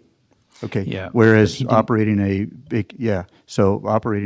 unpermitted vacation home rental now under the new ordinance is up to $20,000. However, most of these are still into the $5,000 range, but this one is $150. This would have been $150 not overall. So, Amy just calculated what, if you wanted to fine him then for what you stated he had used it for the 35 times, that would be $5,250. So you actually save him $250, huh? I had one other question, because this is, I don't understand. I've never used a BN. Is B&B, is that correct? Yeah, Oh, bed and breakfast. Okay. Mhm. Do bed and breakfast, do you advertise for bed and breakfasts with A and B? That's what it is? Airbnb. Do they advertise bed and breakfasts on that too? I thought it was just short-term rentals. They do. Bed and breakfast really, I can't remember when this code was set up. It looks like in the 80s, 83. So we allowed the bed and breakfast, and they were doing the short-term rentals. It's basically a short-term rental program in the valley that's not called vacation home rental, because that's at Tahoe. And they do pay TOT taxes. I had one other question, if you don't mind. Go ahead, Yeah, I know we don't have business licenses here in Douglas County, which is quite something, but how do we assure people aren't operating a business without the county knowing about it, or at least regulating it if it's to be regulated? Like, he says he didn't think he needed to get a special use permit. Well, he doesn't need anything then to operate a business, and nobody in the county knows about it? Right. So I don't know when they took it out. There was a home occupation permit back in the day. I have one. If you look at the records, my wife has a salon at my house. We applied for a home occupation permit, and then shortly after we applied, that was in 2002, it was removed. I want to say in 2005, maybe 2008. But that permit process was removed, and we don't have any way to track businesses in a home. You're right. And business license, yeah. Okay. Well, Okay. yeah, it's fictitious. So we have the fictitious firm name or business name. You do have to file for that every 5 years, I believe, and that's the way they're doing it today for businesses, and that's businesses in Douglas County that are operating, and also businesses that are it's just in Douglas County, I think, for those, and I do have one of those as well. Okay. Before we go any further, I believe Mr. Cates has a disclosure. Our county manager, Patrick Cates, has a disclosure. Thank you, Mr. Chairman. And that's exactly why I want to make a disclosure. So it appears that Ryan Cates and I do share a last name, and I just want to disclose that I've never met Mr. Cates nor any member of his family. And to the best of my knowledge, we are no relation, although Cateses are not common in this world, so perhaps there's some distant relation. But I just want to make sure that was clear for the records. The minutes might be a little confusing on the backside for posterity. Thank you. Thank you. We actually discussed that earlier. So anyways, I appreciate the disclosure. Other commissioners, you have questions regarding to staff before we bring forward give Mr. Ryan Cates an opportunity to address us? Sir, it's my understanding that even if he was legally operating a B&B, he has failed to pay any of the TOT that was required during all this time that has been granted? Yes, Commissioner Rice, that is, to my knowledge, no TOT has been paid or processed. Thank you. Any other questions of staff? Okay. I'm still Go ahead. confused. Okay. I'm still confused. No VHR is allowed in the valley, yet we came up with an accusation that he was operating a VHR. There's a problem there. Now, but we do have bed and breakfast allowed, and he was advertising an Airbnb. So when he does that, does he have to have a special use permit to do that? Yeah, he should have either a bed and breakfast special permit, a special use permit that goes before his property would be analyzed, just like we're doing with the tier 3s. It would go before the planning commission in this case, in the valley. The planning commission would approve it. He would have the ability then at that house to rent out his home short term. And that process didn't happen. And the Airbnb was the ad on that's how we found him, was on host compliance. And the staff sent him a notice, a fine for renting without a permit, because we identified 35 rentals from March when he purchased the property, I think in February. Thank you.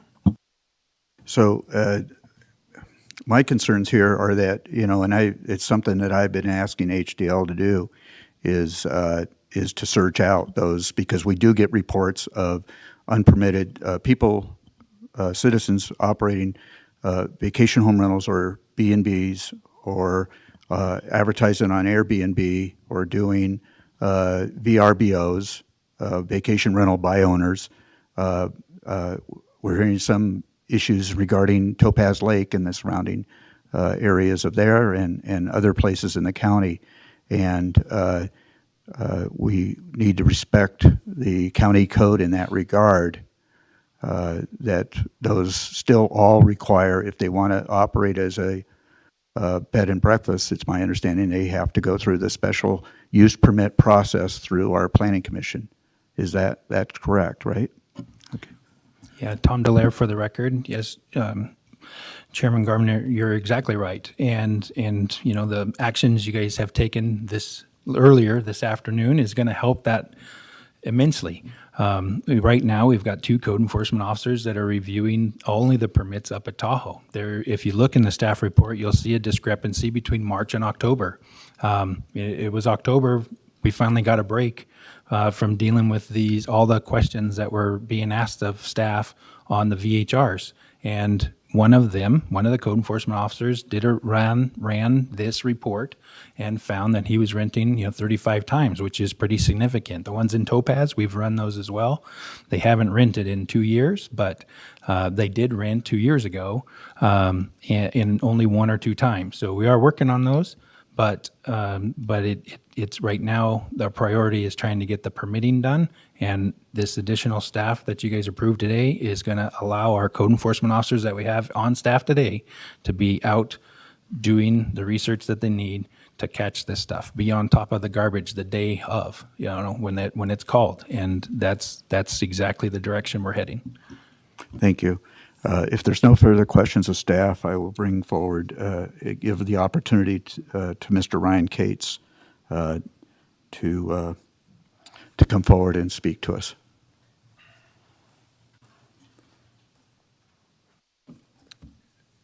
Hello, my name is Ryan Cates, and as best of my knowledge, I have no relation to Mr. Patrick Cates.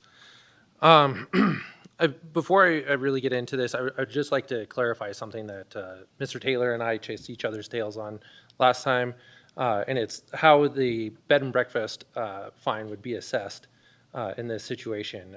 It was my understanding that it was $150 a day from the date of notice that I was operating a bed and breakfast without a permit. Is this correct?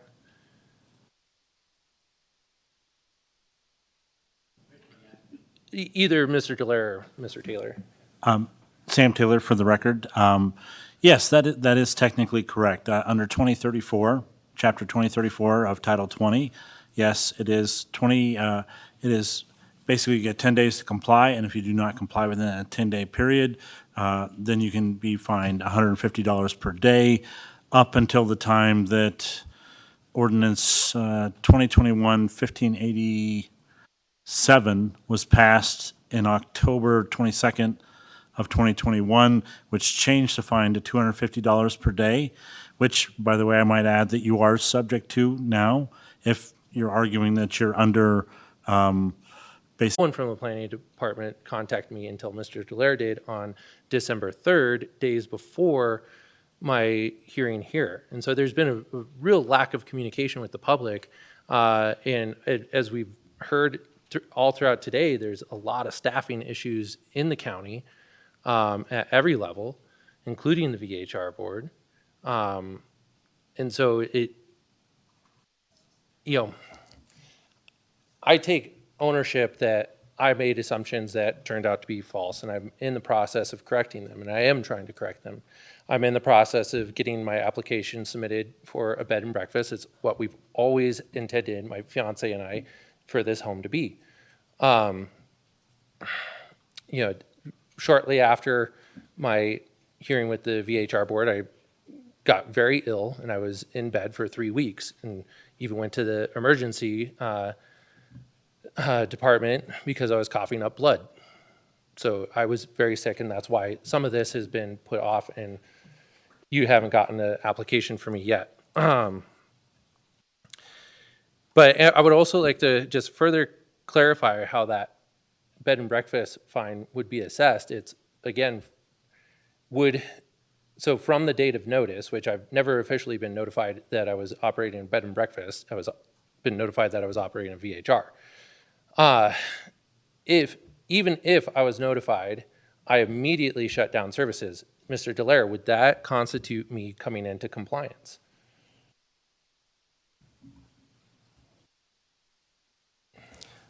So shutting down the rental would be in compliance depending on if you're paying the TOTs at the time of the rentals, I suppose, is the issue. Okay, and I've since paid my TOTs. Again, I was unaware that needed to be collected. Mr. Chairman, Do you have a direct question to Mr. Cates? yeah, I do, Okay. and I'm confused because I'm getting Yep. you're saying you paid the TOT. I haven't heard from Tom if he's got it yet, and then I think I'm hearing from you, if I'm not mistaken, this is why I asked the question. You didn't pay the TOT when you did it, you paid the TOT after you were notified? Once it was brought to my attention that I was supposed to be collecting these taxes, I went back and did an accounting and got the TOT paid. So you paid the TOT after you were fined or put on notice you're in violation, is that correct? Correct. Okay, so see, this is the problem I have then. You want us to believe, first of all, ignorance of the law is not an excuse, and you still are responsible. And, I would argue maybe not quite at the $5,000 level, maybe something less. But what I don't understand now with what you're saying is you thought you were operating a bed and breakfast. Did you not know a bed and breakfast had to pay TOT taxes? And if not, then you thought you can operate a bed and breakfast and not pay any taxes? I was not aware. I'm not a lawyer. I'm new to business. This is the first thing that I've ever tried to run. And I just figured since it's my own home business, it's myself and my fiance are the only members of this, that it was essentially coming out of income tax or something. I'm just ignorant on the situation. I've been caught up to speed on things, and I'm trying to get into compliance, and I want to be in compliance, and I'm making every effort that I can. I put a loan against my car so that I could pay my TOT. I'm taking drastic measures to get into compliance. I grew up in this county. I played Pop Warner football here. I want this county to succeed, and and I want to be a part of that.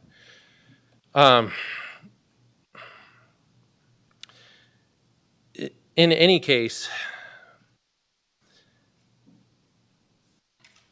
if the board today doesn't want to dismiss the VHR's decision and treat me as a VHR, the VHR board's decision and treat me as a VHR, then I just would ask for a hardship to be assessed in my situation.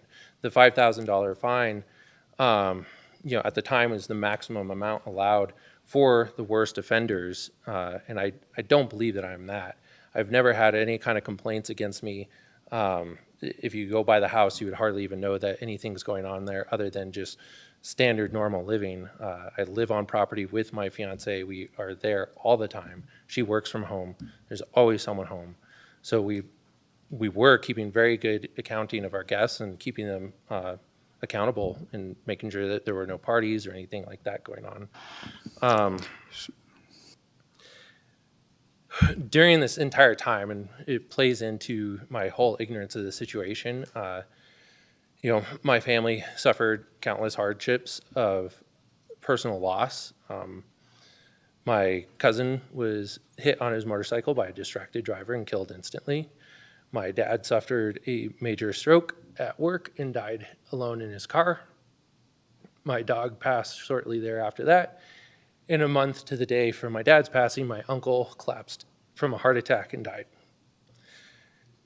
And then, of course, all the fires. So my ability to appropriately look into the situation has been hampered quite a bit. And I would just ask that you take this into consideration.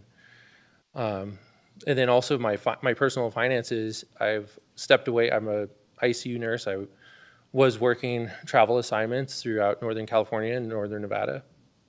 And with all the personal loss and the loss that I was seeing in the hospital, I decided to step away from bedside nursing and took a substantial pay cut. What I was making weekly, I'm now making monthly at a elementary school, working with kids, trying to be around happiness and life. So my financial situation has changed dramatically since we first moved into this home. And a $5,000 fine, which would equate to nearly 30% of what I earned on these rents, would be excessive for me. Thank you, Mr. Cates. I have some particular concerns, and one of the primary responsibilities of this board is ensuring public safety.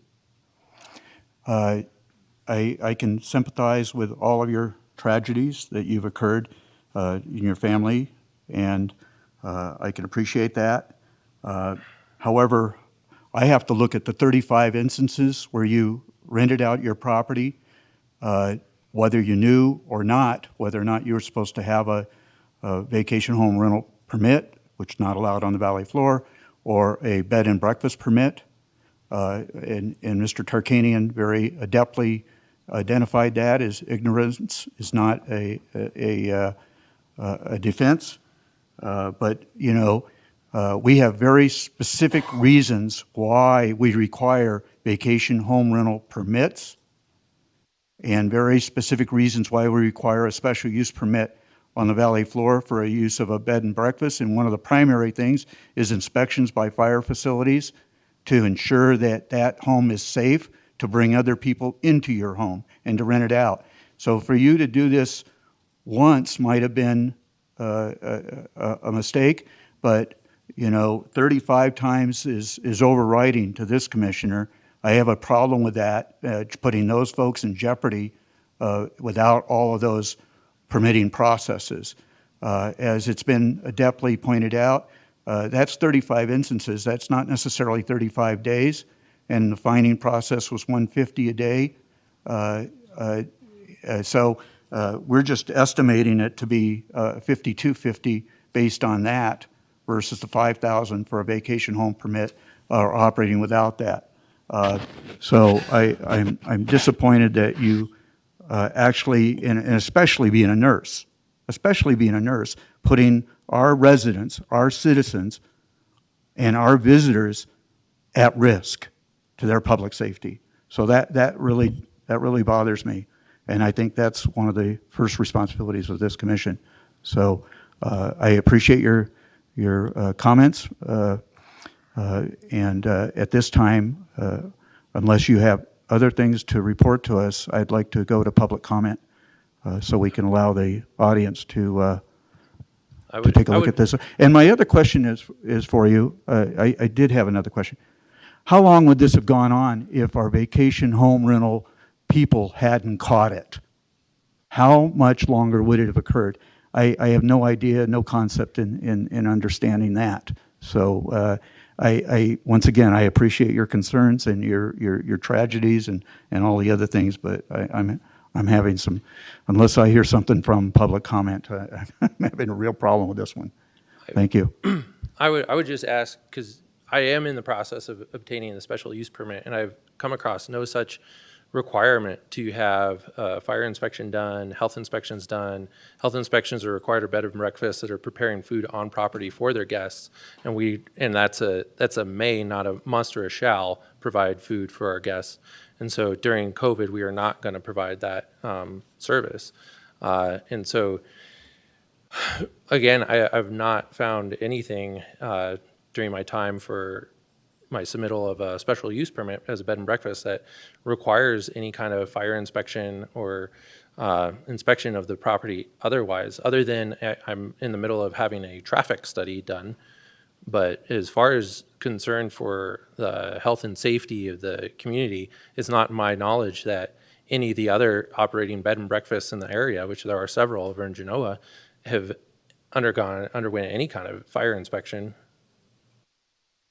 So, and I don't want to get into a debate with you over this, but I hope you've desist and shut down your operation until you go forward with the with the Planning Commission in regards to a special use permit. So that's extremely important that you cease and desist from advertising that.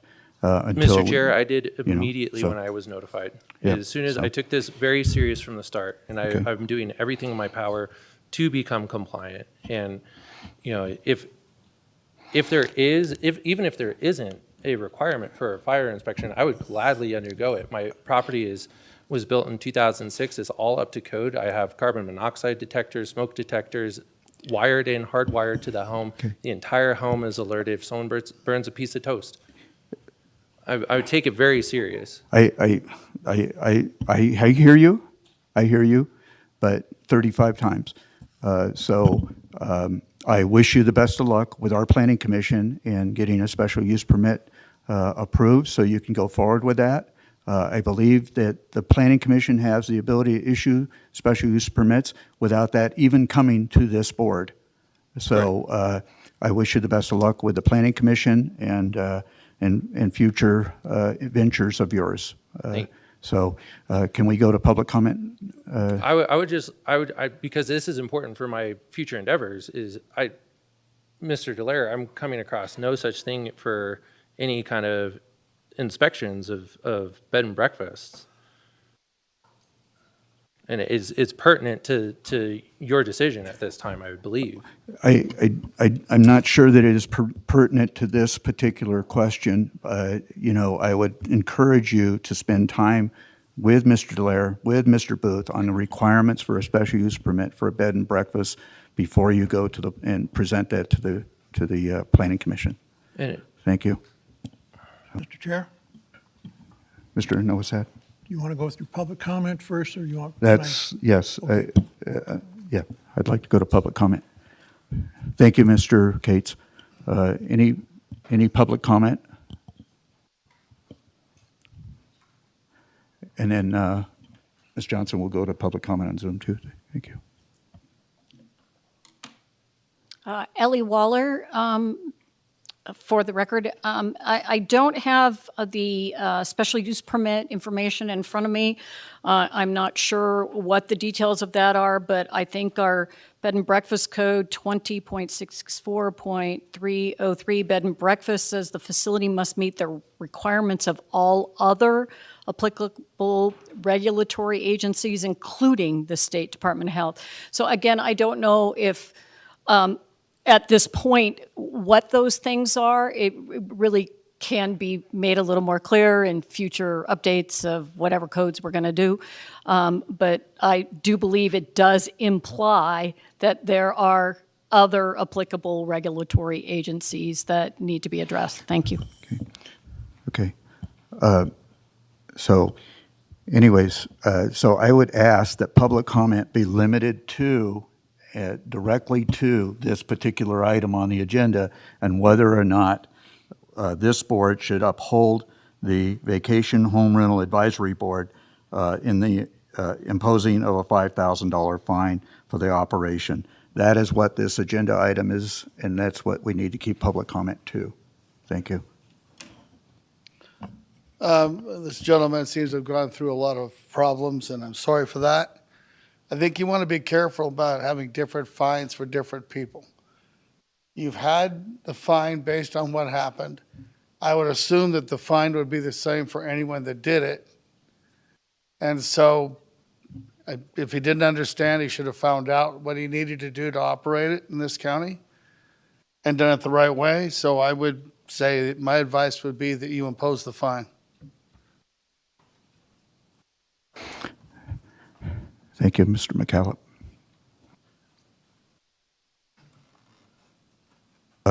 Mr. Cates, I think we've heard everything that we need to hear from you. In the VHR code, it has a clause that specifically gives the VHR board the ability to assess on a case-by-case basis for a hardship.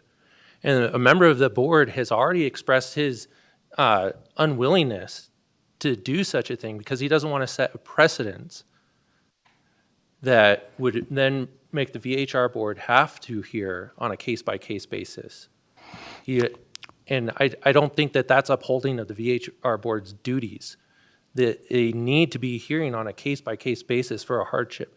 And I believe that I am in a financial hardship right now and in danger of not being able to even pay my bills, especially if I have to pay a $5,000 fine today.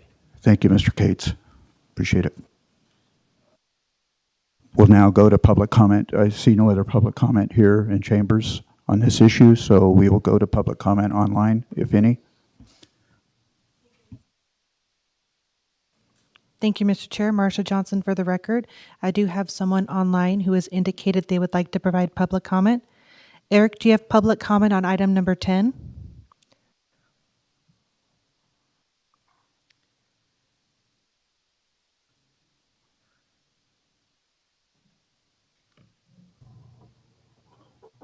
I'm sorry, I accidentally hit that, but I did want to note just that he had, they were living on the property the whole time they rented it out. That was one determining factor. I know he's got an issue of hardship, but also the other issue was that he had checked the county website and saw that there were no permits, no licenses required. So he was kind of got a bum steer initially. So those would just be some of the factors that might come into play as well.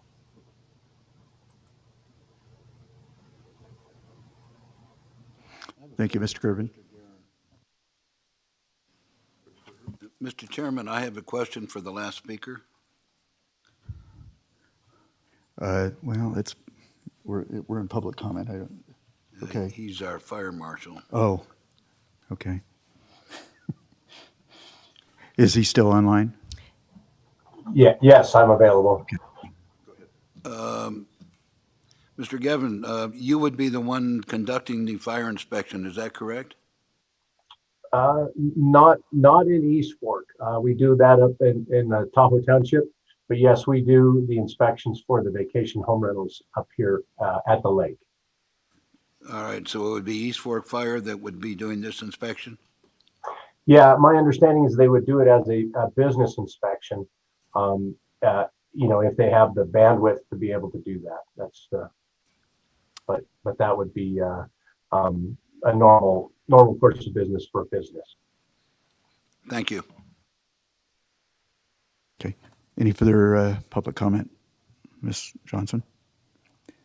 Thank you, Mr. Chair. Marsha Johnson for the record. There's no further public comment online at this time.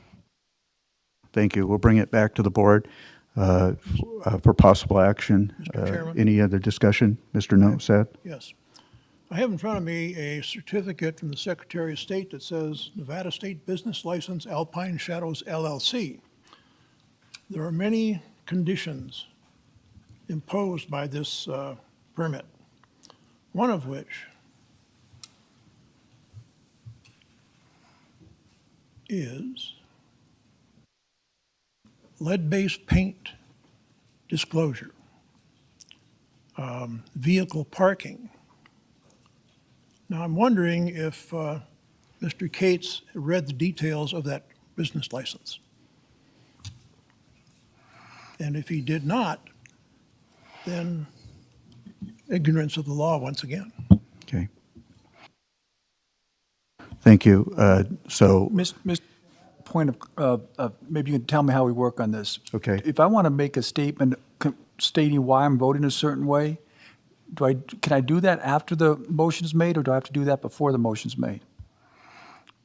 I would think that the motion would be in order first, and then you could certainly come back after the motion's either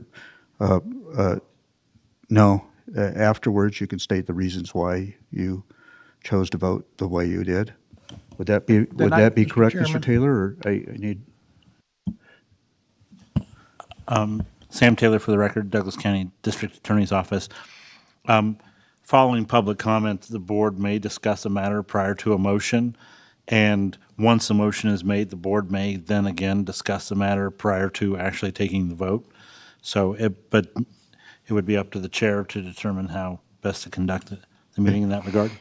Then we'll entertain your comments. Yeah, well, I just would like to, I think I know where the vote's going, but I want to make a few comments to why I'm going to go a certain way and before people vote. And I don't, I mean, maybe I should just make it now, make it simple, huh? Is that what you prefer? Okay. All right. First of all, it's really hard to have sympathy when you completely violated the bed and breakfast regulation. You had to have known you were operating some type of business, and almost every business has some kind of regulations, and you should have, and to say that you didn't know, it's really hard to believe. So, I mean, I look at, I don't agree with it, and I love you, but I don't agree that we keep, every fine should be the same for everybody. I mean, that we have, our language is up to a certain amount, and you look at, I do at least, look at culpability, people's actions and so forth. I think your culpability is pretty strong, but but I also have to look at how our ordinance apply to you and to see if we're doing this the right way. And why I say that is this: I read the packet pretty carefully, and you claim you operate as a bed and breakfast. The packet originally stated there was a couple things in there that you did not do to qualify under a bed and breakfast. But I think from the communications we've had today, you have done that. You've had somebody on site. It isn't, and that was one of the things that was stated, that he wasn't operating as a bed and breakfast. Number two is that you don't serve food, but you say you don't have to serve food. And one of the things in the packet saying he wasn't operating a bed and breakfast was he didn't serve food. Am I correct that you don't have to serve food to be a bed and breakfast? Sam Booth for the record, Mr. Chairman, if I may. That's correct. You don't have to serve food. I think Commissioner Tarkanian, you may be looking at, in the staff report, there was a description from the code enforcement officer that did the investigation, and she was looking at some of those items, but it's not a requirement. Okay. Getting back to the point I made, because I don't want to prolong this issue, is I don't really buy the excuse that you've had, and believe me, I got a big heart now where I have a hard time disciplining anybody, including my kids. But I see you violating the bed and breakfast statute, not the VHR statute. You're operating as a bed and breakfast. You didn't get a permit. I think it's our problem as a county commission if we don't have codes that are work together so that you can't play off each other and get the smallest fine possible.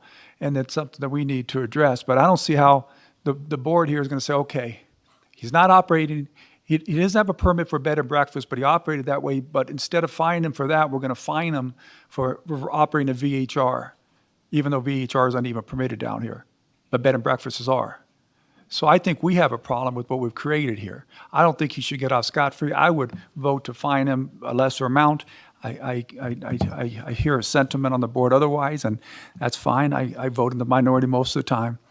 But that's the reasons why I'm doing so, not because I think you're an innocent person, but because I think that this can fall under a bed and breakfast. And I want to qualify the fine. The bed and breakfast, you said he would have been fined $250 per day from the time he was notified of the violation to the time he, I assume, then paid the TOT taxes, right?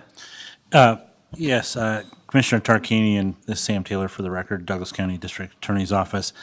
Yes, up until 2021-1587 was passed on October 22nd, I believe. The fine was $150 per day. Thereafter, it became $250 per day. But as Mr. Dallaire noted, there was an ongoing violation with the unpaid TOT. So then it would go back to when exactly did Mr. Cates pay his TOT. And so from the time, it would be 10 days after the notice was issued, and then from that point forward until the TOT was paid, it would be $250 per day. And again, I don't know when that was paid. And, well, I just want to make it clear on the record. So it's not from when he committed the offense. It's from when 10 days after he was notified of the offense up until the date the TOT taxes were paid, correct? Yes, that's correct. Mr. Cates, you have some clarification? Yes, for the record, I was texting with our CFO to validate the TOT being paid, and she did say that HDL validated he is now current with TOT, but he does have outstanding penalties and interests back to March of last year. That currently stands at $1,261. And I don't know. I was trying to. Yeah, so this is just my vote and my feeling. I think this is a violation of the bed and breakfast permit requirement, and he should be fined accordingly. And my vote would be to figure out how much that is and fine him that way, based upon the $250 per day, 10 days from the date after notice of violation up until the TOT taxes were paid. And I understand there's a penalty on it, but he paid the taxes, but he has to pay a penalty because he didn't pay it on time. I will at this time, I'm sorry, but no, I'm sorry.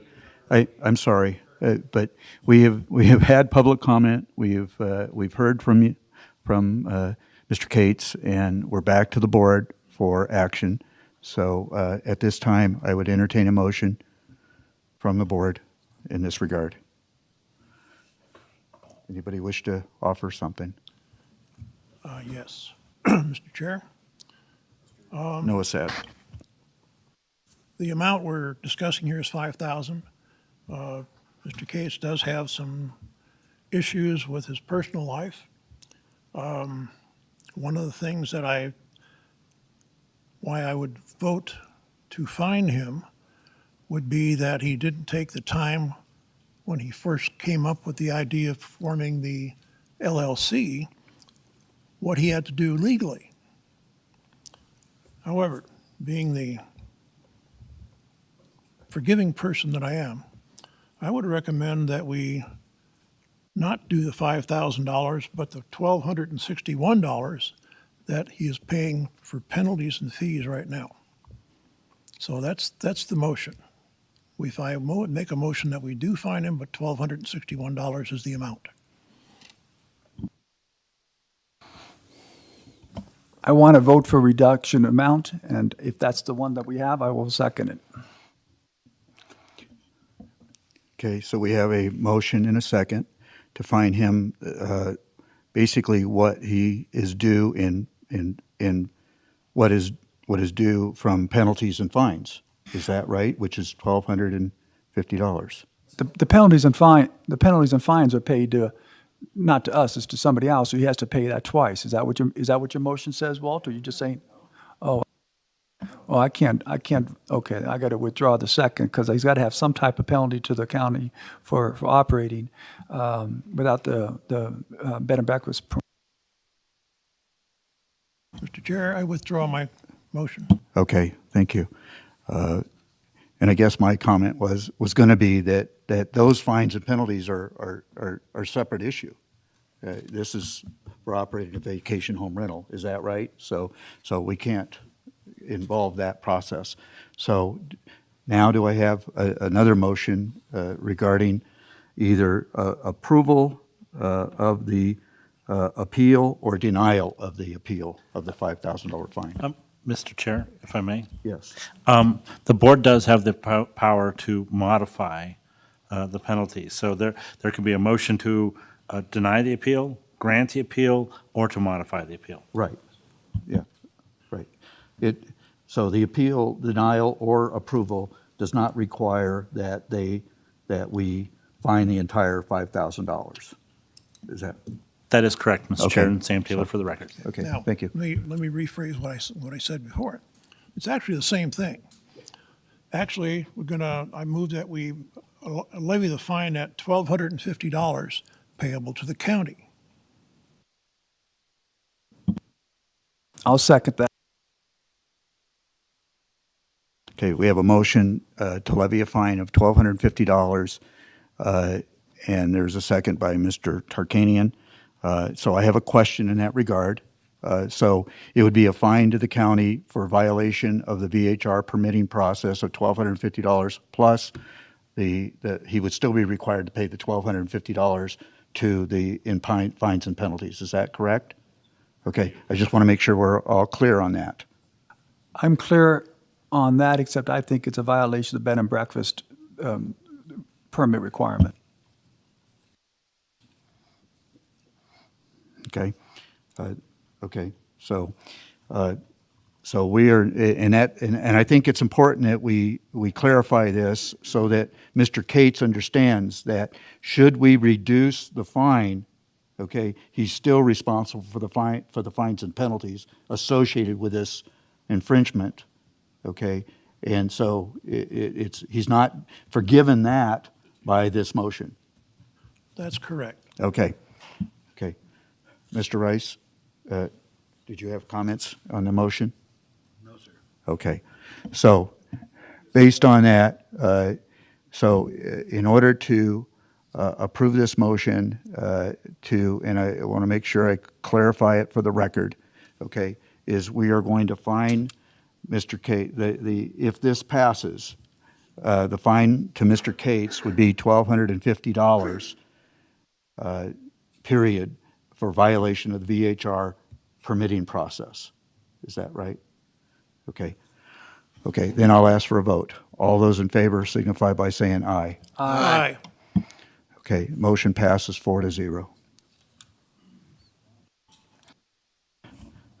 So, Mr. Cates, before you leave, I want to make sure that you understand you're still responsible for your fines and penalties and to the county for violation of not operating without a permit of $1,250. Okay? Very much for your time. Mr. Cates, or Mr. Booth and Mr. Dallaire, thank you for the presentation. Okay. With that, we will, the next item on the agenda is closing public comment. There is nothing on here. Generally, we have reports by the commissioners on the various boards and commissions that they serve on, but that was not on the agenda, so therefore I cannot do it. So we will go to closing public comment, and I would allow the commissioners to. No, I can't. Okay. Thank you, Mr. That's fine, Mr. Taylor. That's why you get paid the big bucks. Okay. So therefore, we will go to closing public comment, and it looks like Miss Waller has some more public comment.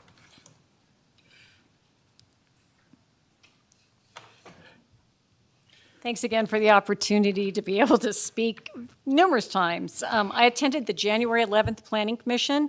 There was a resounding theme for their choices of what to go forward with, at least the way I interpreted, and that would be updating Title 20. I'm looking forward to the board possibly looking into that. It does look like it needs some overhauling, especially based on what we went through today and on previous subjects. I understand community development is short on staff, and this time, again, I'm requesting now that we've taken care of VHR staff, we need to take care of community development. This is a really important thing, Title 20, to be overhauled. It's much like the priority to get that master plan done. And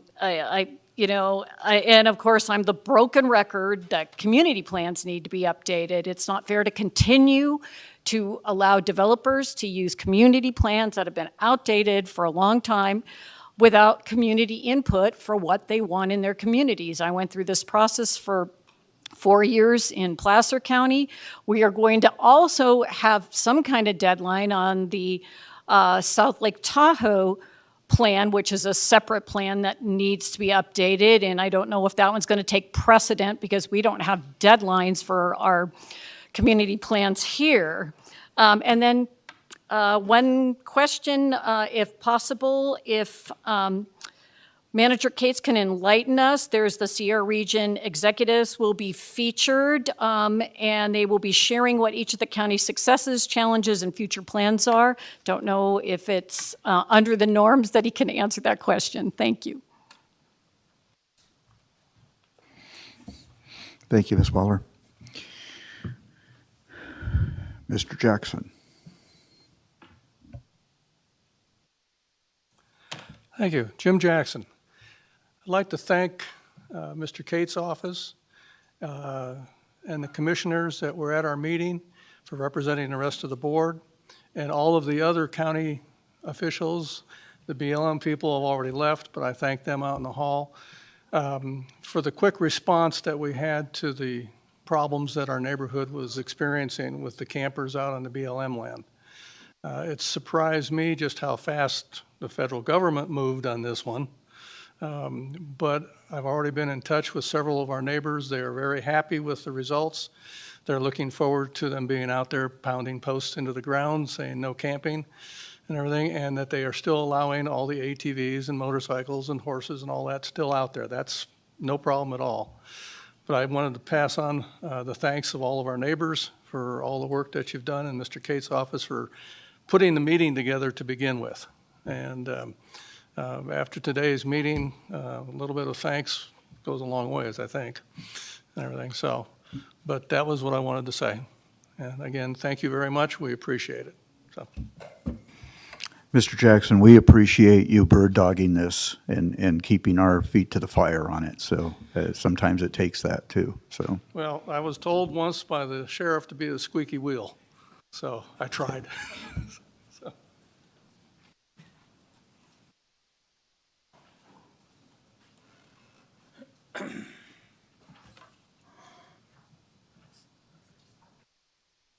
Ted Gaines.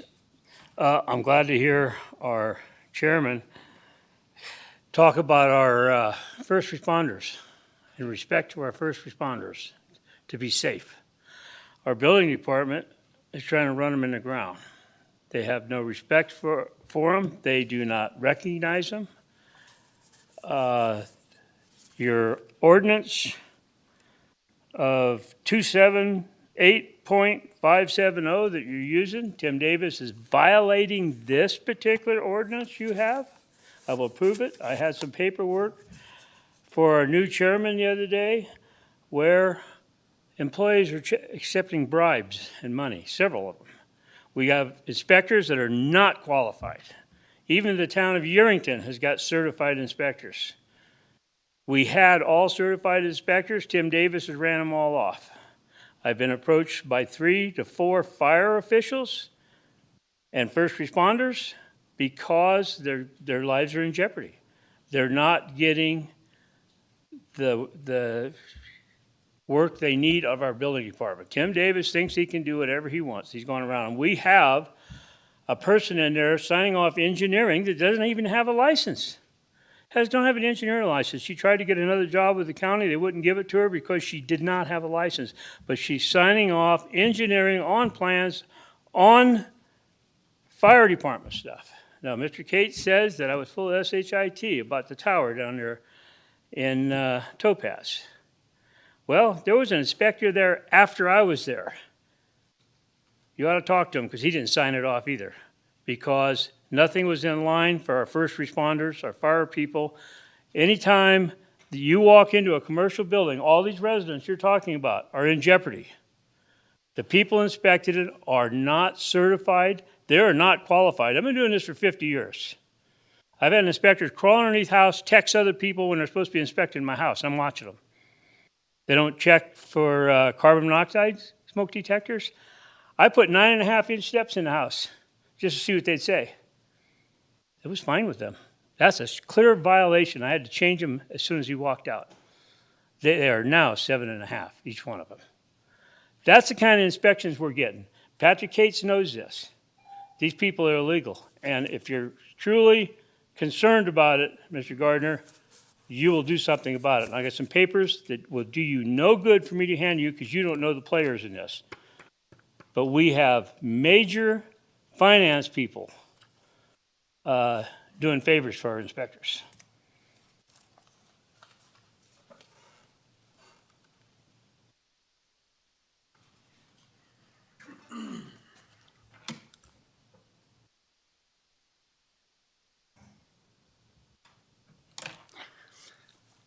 How's it going? I'm Kevin Novotny, and I just wanted to bring up just a couple more public comments. I did want to bring up one thing, as you mentioned, Commissioner Tarkanian, applying next year, so that's not actually possible. This is a decision for life. Unless we sell the house, redeed the house, or remodel the house, we don't get to apply for a Tier 3 ever again.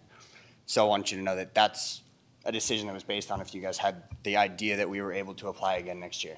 That's not true, and I've spoken that with Rachel, which I think she's the county director, or the county CEO. And that was verified. I have an email from her that she said unless we remodel the house, that's the case. I did want to make another point. that one of the statements that was based on the denial of my permit, at least, was on the basis that the vacation rental advisory is new, and you felt bad that overturning that thing would be a bad look to overturn their decision. I don't believe that should be taken into account. And then one complaint in a 12-month period of 2021, whereas I'm denied on noise complaints, whereas your 3-strike rule, I think, is in 6 months. So the time is up, but I did want to bring that to a point so you guys can see that we were never in violation. So, thank you. Thank you for your comments. Any further comment in public comment in chambers?